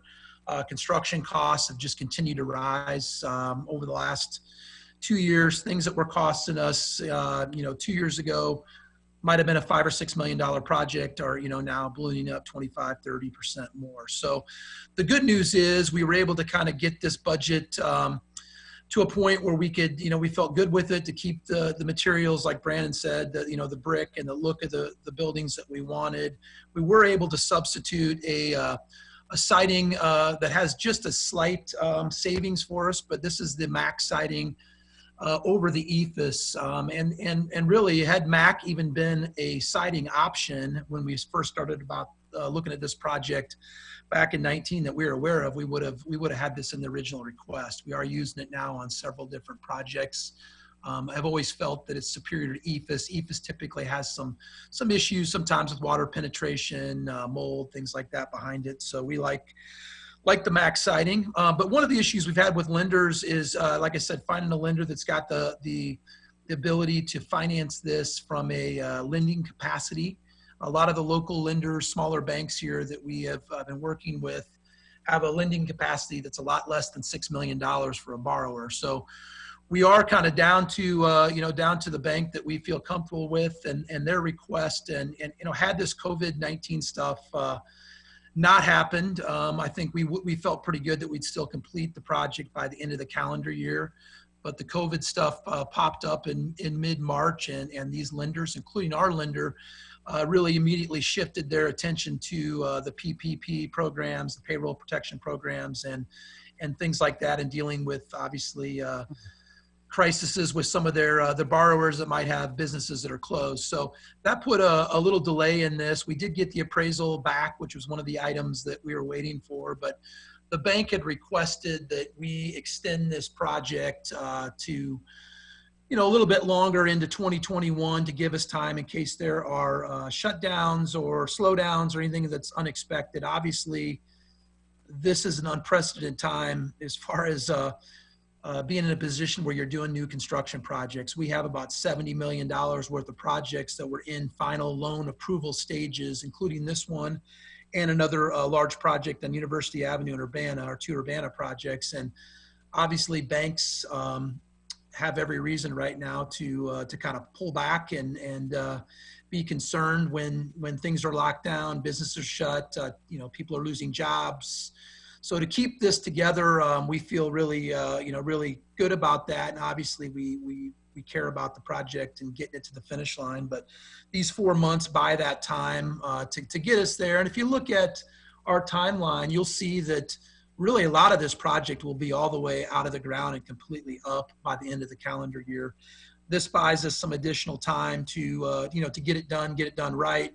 Also doesn't have us delivering the project January 1, which is not an ideal time, for residents that are going to potentially move into a project like this and development like this. They're not going to typically move in the winter months. So it gets us on a better timeline, and obviously that gets the most important thing accomplished, which is the bank's final blessing, which we need to get our financing. That's the kind of last contingency item we have with our lender. And we will have, right now our schedule, we have footings and foundations in on several buildings. We will be going vertical here towards the end of this month. So these buildings will go up awfully quick, really, to obviously transform that entire block awfully quick. So that's kind of a little bit of an update from the construction side and why we're making this request. But again, we remain excited. We remain optimistic, like, our group is doing, like I said, $70 million of projects in this market, in addition to, 50 or 60 or 70 million that we're completing for this August, despite, the uncertain times right now. So that's our request. And I think Brandon, summarized it a little bit, but I'd be happy to answer any questions anybody might have. Okay. Okay. Thanks. Charisse, I think you had your hand up first. Yes. This is for Mr. Saunders. What was the original completion date? Original completion date was 12/31 of 20 was our goal. Our initial goal was to try to deliver these in August of 20, but like I said, we had some additional things. Not only have we had, easements that we've dealt with on this project, we've also found, easements that aren't easements that were not recorded in title work, such as AT&T's line that runs. We believed the easements that were recorded in the title work showed they ended at the middle alley that runs north-south, and they went to the east towards Urbana Street.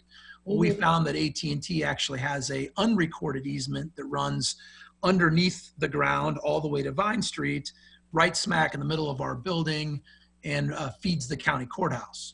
And they do not want us to build over this easement. So there's just been a lot of challenges of things that, even in the most amount of due diligence to find easements that are unrecorded is kind of a big blow when we find it out, just a month or so ago. So we're working through things, feel very confident in our execution and our ability to get this project done, and excited about it. But obviously we have to have a lending institution as our partner on this. They're going to be lending about a $6.4 million loan. And we currently right now are spending our own, my own cash of $1.6 million on the front end of this. We've spent about $1 million to date. Okay, so my understanding then is that what's pushed back your completion date is utilities issues, where they were under the ground. Is that one? Yeah, and the time frame it takes those groups to move their, we paid for utilities to be moved back in late 2019, and all the utilities still are not relocated, and we're in May of 20. So just to give you an idea, utility companies, even after getting agreements made with them and new easements and paying them $200,000+, are not rushing right out to move those. We need a lot of those items moved before we can, substantially continue certain parts of the project. Okay, and the other problem was the lending. You getting the money together, or are you getting the loan? The loan, a lot of the banks were concerned about the location, to be quite frank. Just the fact that there hasn't been construction in downtown Urbana in 15 years, and the concern that will we be able to get the type of rents we were going to get. It was a highly risky project as far as some banks were concerned locally, and a large loan amount. However, we still feel very strong about that. We were able to get lenders that we have good relationships with to do this, but this is their one request, to be able to get a little more time. So we're not going to be in default of a development agreement on timing, and that's really the only reason we're doing that, asking for that time. So you'll be borrowing approximately $6 million? 6.4 million, yes. It's an $8 million project. We're putting in 1.6 of our own, own cash into the deal. Okay, and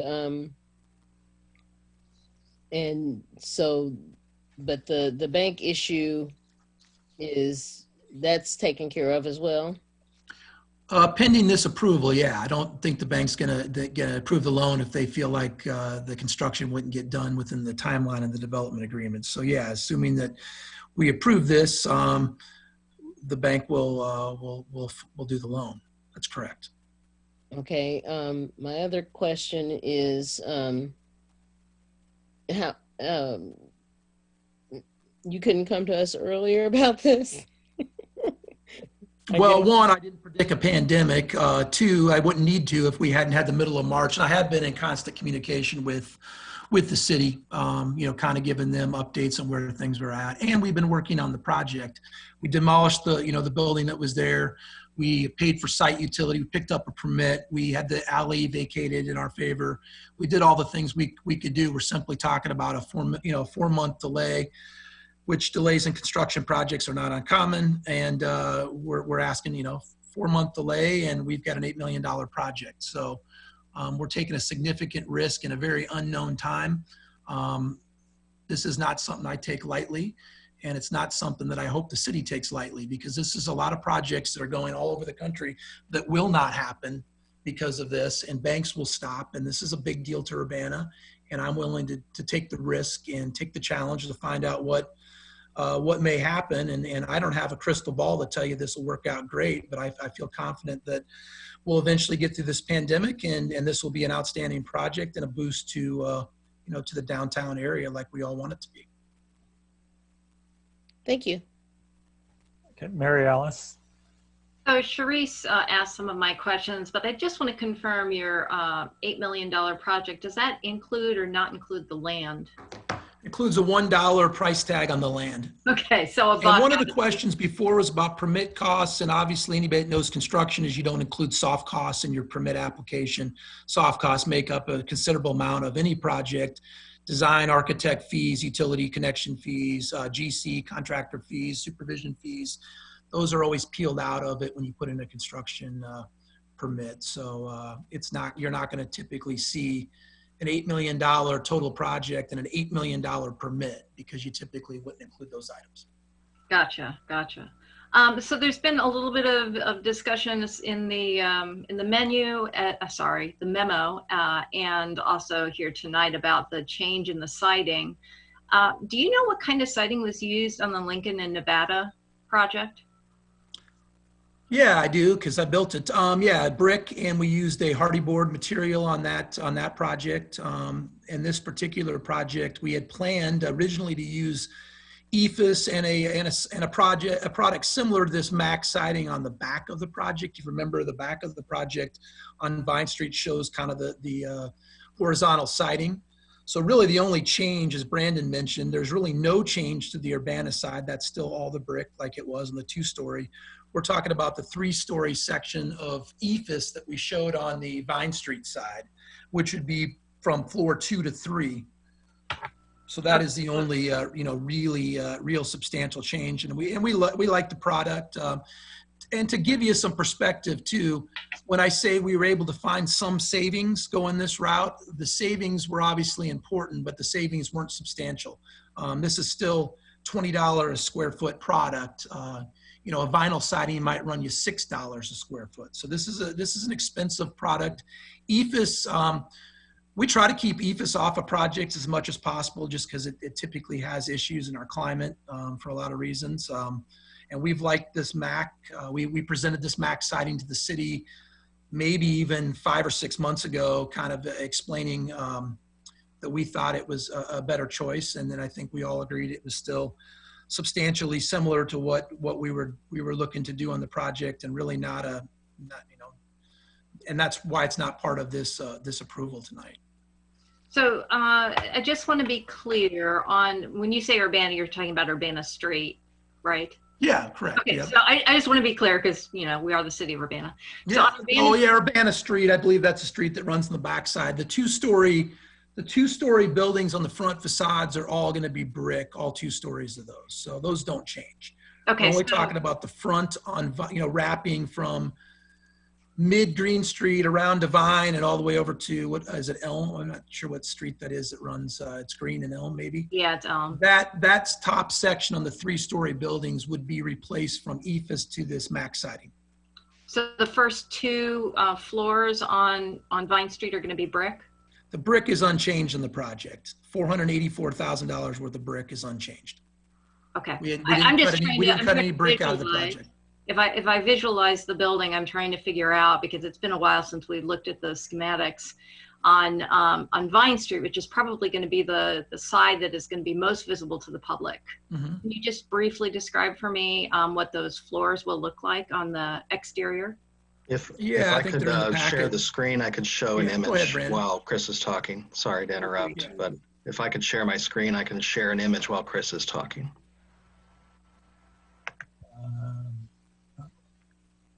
Yeah, you should be able to. Okay. It's not working right now? Nope. Okay. Oh, yeah, it's coming. There you go. Got it. Okay. So there's a side-by-side. On the left is the exhibit that was included in the memo that is mostly the revised images, and the right is from the what's included in the development agreement. This is actually a slide presentation, but it's the same image. So if you look at that top left image, you can see that it's the same image effectively but the only thing that's changed is what was swapped out. So Chris, you can.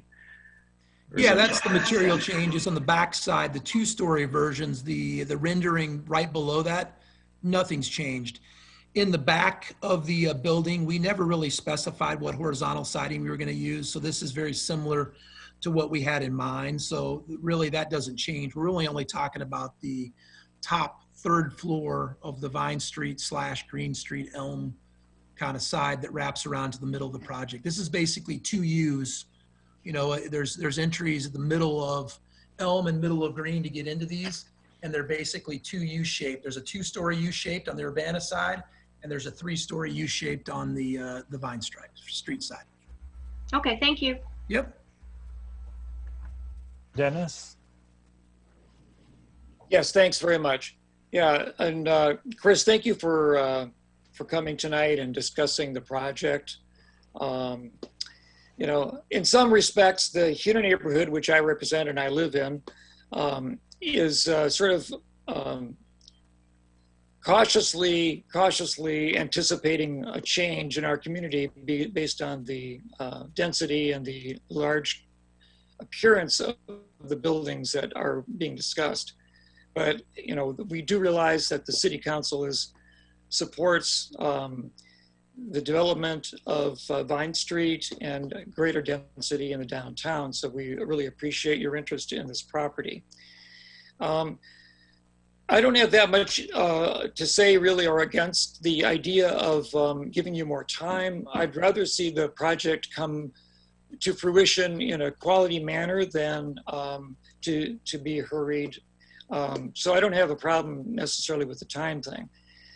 My real concern that I want to discuss with you is the building material itself. I did go out to your project on Healy Street to look at the siding early this morning, and I found that it reminded me more of a typical student housing campus look than the downtown, perhaps professional residence quality that I really expected of you for this project.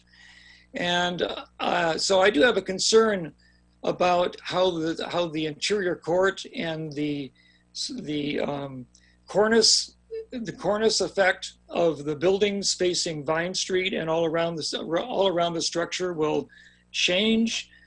The top story is going to be completely clad in this new material that's going to be, it reminds me of really bad, the surface structure that I would see on factories or, you know, warehousing. It reminds me sort of a warehousing style material. It's all metal rather than a fiberboard or a hardy board, which I think would be so much more appropriate for the facade.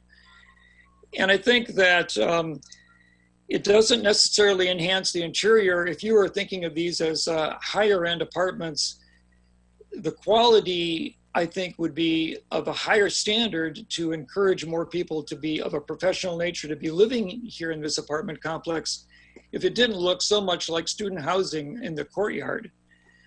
Now, these are, you know, of course, these are your choices, except for you have come to us now with a change in the quality of the materials. And I'm not really demeaning the fact that they might be a little bit cheaper.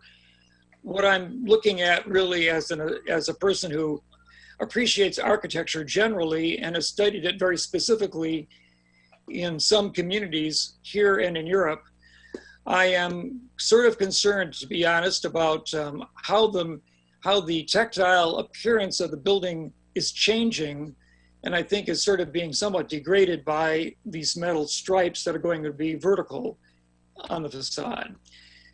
And even if you were to go ahead with this, which I guess is perhaps your ability by right, unless we decide to have a question about this and require some kind of maybe a longer discussion about the quality of the materials that you're proposing to use in this project, which seem to have changed.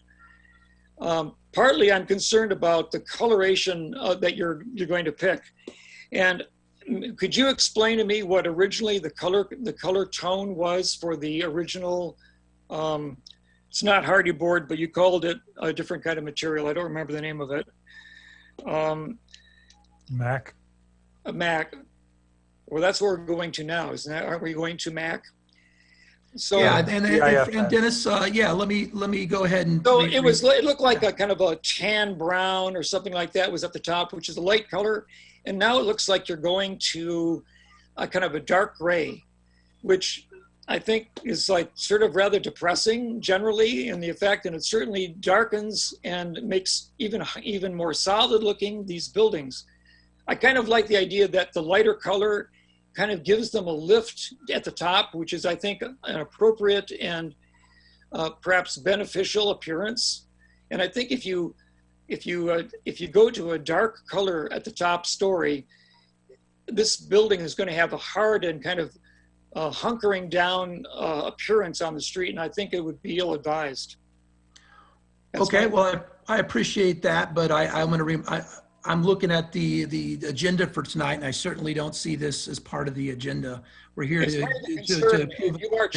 you are asking for a continuance based on. Well, you're asking me to stop the project then, because that's what I'll have to do, and then we'll have to see if we can continue to get a loan on it, because we're in a time period where there's a chance that we won't be able to, and this will be something we talk about again, that this project doesn't get complete. Well, then let me just say that. I'm the developer on this, and this is within my rights to have these changes. And you're, I appreciate your input. In fact, I took a lot of your input in this design where we came up with the 2-story on Urbana side and the 3-story on the brick and things like that. But I'm not okay. Again, so it's my money. Let's say I'm the one proceed with this. I know that you can probably custom order the color. Is that correct? Or does it? Yeah, these colors though. There's multiple colors, and we've got a color in mind. Yes. All right. Well, I would like you to try to match as close as possible the color that you've originally presented to us. Okay. All right. Yep. Thank you. I hope this doesn't go to dark gray or some brown color. We'll make sure it looks wonderful. It's going to look great. It's going to look a lot better that's on that lot right now. I can assure you of that. I bet it will, but can you commit to making it a color that matches the original color tonalities that you presented to us about 2 years ago? I mean, has the concept changed? This was approved in 19, I believe, so certainly wasn't 2 years ago. But no, well, it seems like really a long time ago. It certainly does. This is kind of the same stuff all over again, typically. So yeah, no, this is not what the discussion is about tonight. I really encourage you to think about a lighter color at the top. Yep, got it. Thank you. Noted. Thank you very much. Any other questions from council? I guess I had one. In our agreement, one of the conditions precedent to the agreement was the ability to finance it. So I'm just kind of curious why that wasn't kind of written in stone before we closed on the property. I mean, the developer signed up. We haven't not got financing yet. Oh, I'm sorry. Yeah, we haven't not got financing yet, so that's. The developer signed a personal guarantee to complete the project. Okay, so if this if we decide against this, what would the consequence be? I mean, Chris says he'd have to stop the project, but if he's already guaranteed it, what would be the consequences? Well, you'd be stopping the project, not me, so I'd be doing my part. That would be a different scenario, I think, but we'd have to legally find out what the options are at that point. If that's what you're inferring to, that you guys would stop the project. Well, I mean, just what if we left the agreement the way it was? I mean, like in general, if a project runs long and there's some very good reasons for that between the utilities and now the uncertainty around how COVID will impact site work. What would happen is the city could call the developer in default, but normally we go into a process where we ask the developer to cure the default, and that normally just means that they're given a reasonable amount of time to complete it. And I would say that as staff, we really didn't know how this situation as it unfolds was going to impact our biggest projects. And we're very fortunate that not only is is Chris moving forward on this project. He's also moving forward at 1007 West University, Gather's moving forward, and the hotel, which is in a much earlier design phase, is also moving forward at this time. So given the constraints that we're facing in this market, and also Chris spoke a little about some of the challenges he's faced in terms of skepticism from lenders, and including local lenders, about the viability of this project, which is called out directly in our downtown plan. And I do want to reiterate the duration of time we've worked on this, because there was an RFP issued in 2011 for a 7-story mixed use, was what came back, a 7-story building that filled the site. And then again in 2015, a RFP was issued with the help of an outside real estate broker. And we recruited developers from out of state, Indiana in particular. And that was resulting a 5-story apartment. Both of those, were pushed back against by the neighborhood. So and they weren't financially viable either. So when we came around to this third site, or this third opportunity in 2018, the city called for a townhome project, and we only received 2 proposals that really met the description. So that there's a long lead up to, where we find ourselves now. Okay. Yeah. I mean, when we're given an option of voting yes or no, it's just nice to know what would happen with each option. Certainly. Yeah. It is definitely more complicated than just a yes/no vote. But in this instance, the yes vote is what satisfies the lender and allows the project to move forward. And a no vote puts us into a state of uncertainty that, as you've just heard, gives everyone involved a great deal of pause. Yeah, I'm sure we all want the project to go forward when we want it to be a quality project. Any other comments or questions from council? Bill, and then the mayor. Yeah, just a couple comments. I remember not too long ago, what that block looked like, with the oil change business there, and kind of, just in general, how that whole block looked. I think it's exciting that there's a development, that's going in there, that's going to kind of spruce up the neighborhood. I don't think that a 4-month extension is that, outrageous. I think it's, within the scope of reasonableness. And I think it's something that I can support in order to allow the project to go forward. And then just in the last comment, I didn't know anything about max siting until this came up. And of course, I went to the wonderful world of Google and brought up some images. And frankly, the images that I saw, on the returns for max siting, although it's not particularly my style, I thought the images that were really shown were quite attractive. And frankly, having seen those images, I think there's probably a couple houses out in this neighborhood that may be using that, just from the renderings that I saw on the internet. Frankly, there was a house that is very modern. I consider it modern. I'm not an expert in architecture, but it's just kind of down the block from me. And it had this very interesting exterior, and I could not put my finger on what it was. And now that I've seen the images on the internet, it sure does look like max siting to me. And I consider it an attractive residential building, being built. So, I'm willing to, throw a little confidence the developer's way and trust their judgment and their professional expertise in making an attractive building, downtown Urbana. Okay, thanks. Mayor Marlin, did you have something? I'll let the other council members speak first, and I'll follow. Mary Alice? I actually was just going to make a motion. So if there's other questions, just so if we're going to have discussion, I thought it might be good to have a motion, but it's up to you. Go ahead with the motion. Okay, I will move ordinance number 2020-05026, an ordinance approving an amendment to redevelopment agreement by and between the City of Urbana, Champaign County, Illinois, and Green Street Realty of Illinois, First Amendment of the 200 block of South Vine Street and 300 block of East Green Street to City Council with recommendation for approval. Second. Moved by Mary Alice and seconded by Sharice. Eric, did you have some discussion? I just want to say briefly, Chris, thank you for being willing to continue to invest your money, your company's future in our future. And I appreciate that. Eric, thank you. I appreciate you telling me that. That means a lot. It's a very difficult time right now. And I hope, I think I'm taking a positive outlook on this and investing hundreds of millions of dollars in Champaign-Urbana, not laying off employees and keeping my businesses running. And we're doing everything we can do. We got a lot of great people behind the scenes, and we are so excited to do this, $8 million project on Vine Street and a $15 million project where Nero Giros was at. And,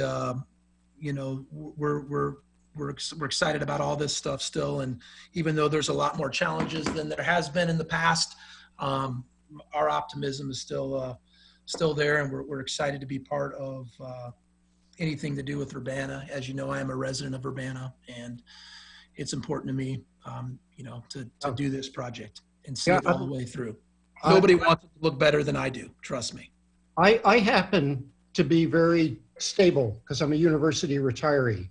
But if I were in business like yours, I probably wouldn't be sleeping nights. So I really appreciate that. Thank you. Mayor Marlin? I just wanted to follow up a bit on what Brandon said. As he mentioned, this has been a 10-year journey to get a project for this site. And staff has put in hundreds of hours to get us to this point, and I've put in a lot of hours as well. And one of the first things we did when we got the bid, and we interviewed the candidates, and when we sat down with Chris and his team, we made it very, very clear that this project was incredibly important. Number one, because it's the first new construction in, well, now it's probably 15 or 16 years in downtown Urbana. And it really had to look good. It had to be high quality, and a lot of people would be really watching it. And it's pioneering for us, because for so many years, nobody was investing in downtown Urbana in terms of residential construction or new construction, period.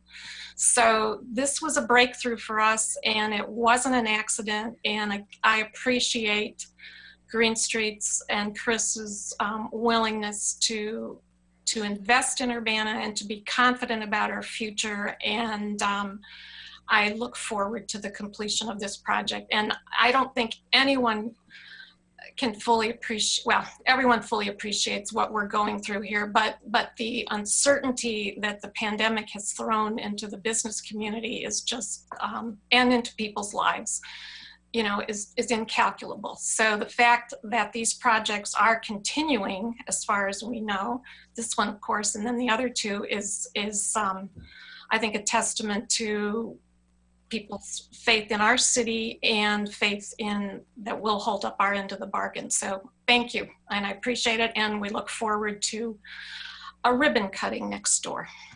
Okay, thank you. Dennis?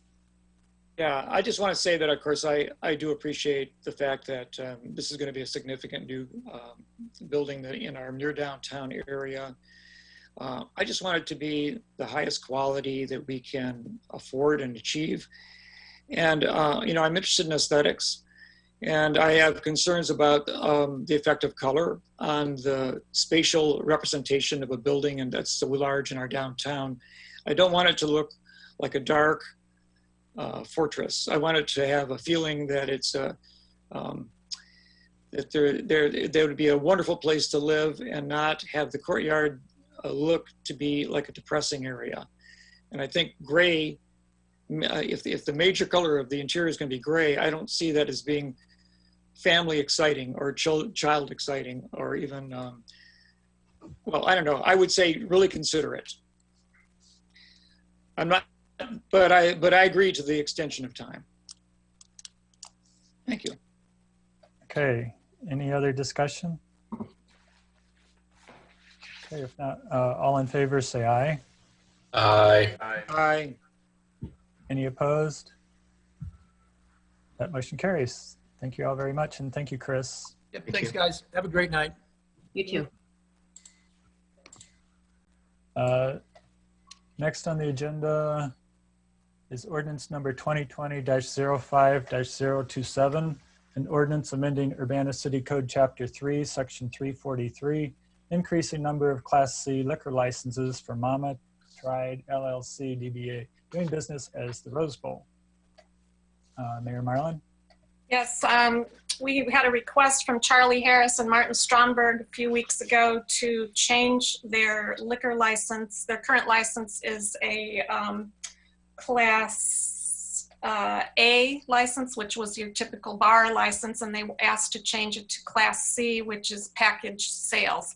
The Rose Bowl, like many of the many of the businesses in Urbana, when the stay-at-home order hit and the bars and restaurants were closed, people had to pivot very quickly. So Rose Bowl, like a number of the other bars, began selling packaged liquor, and then they've actually got a little bodega going too out of their north side of the building. And this request is in direct response to the way they're doing business today.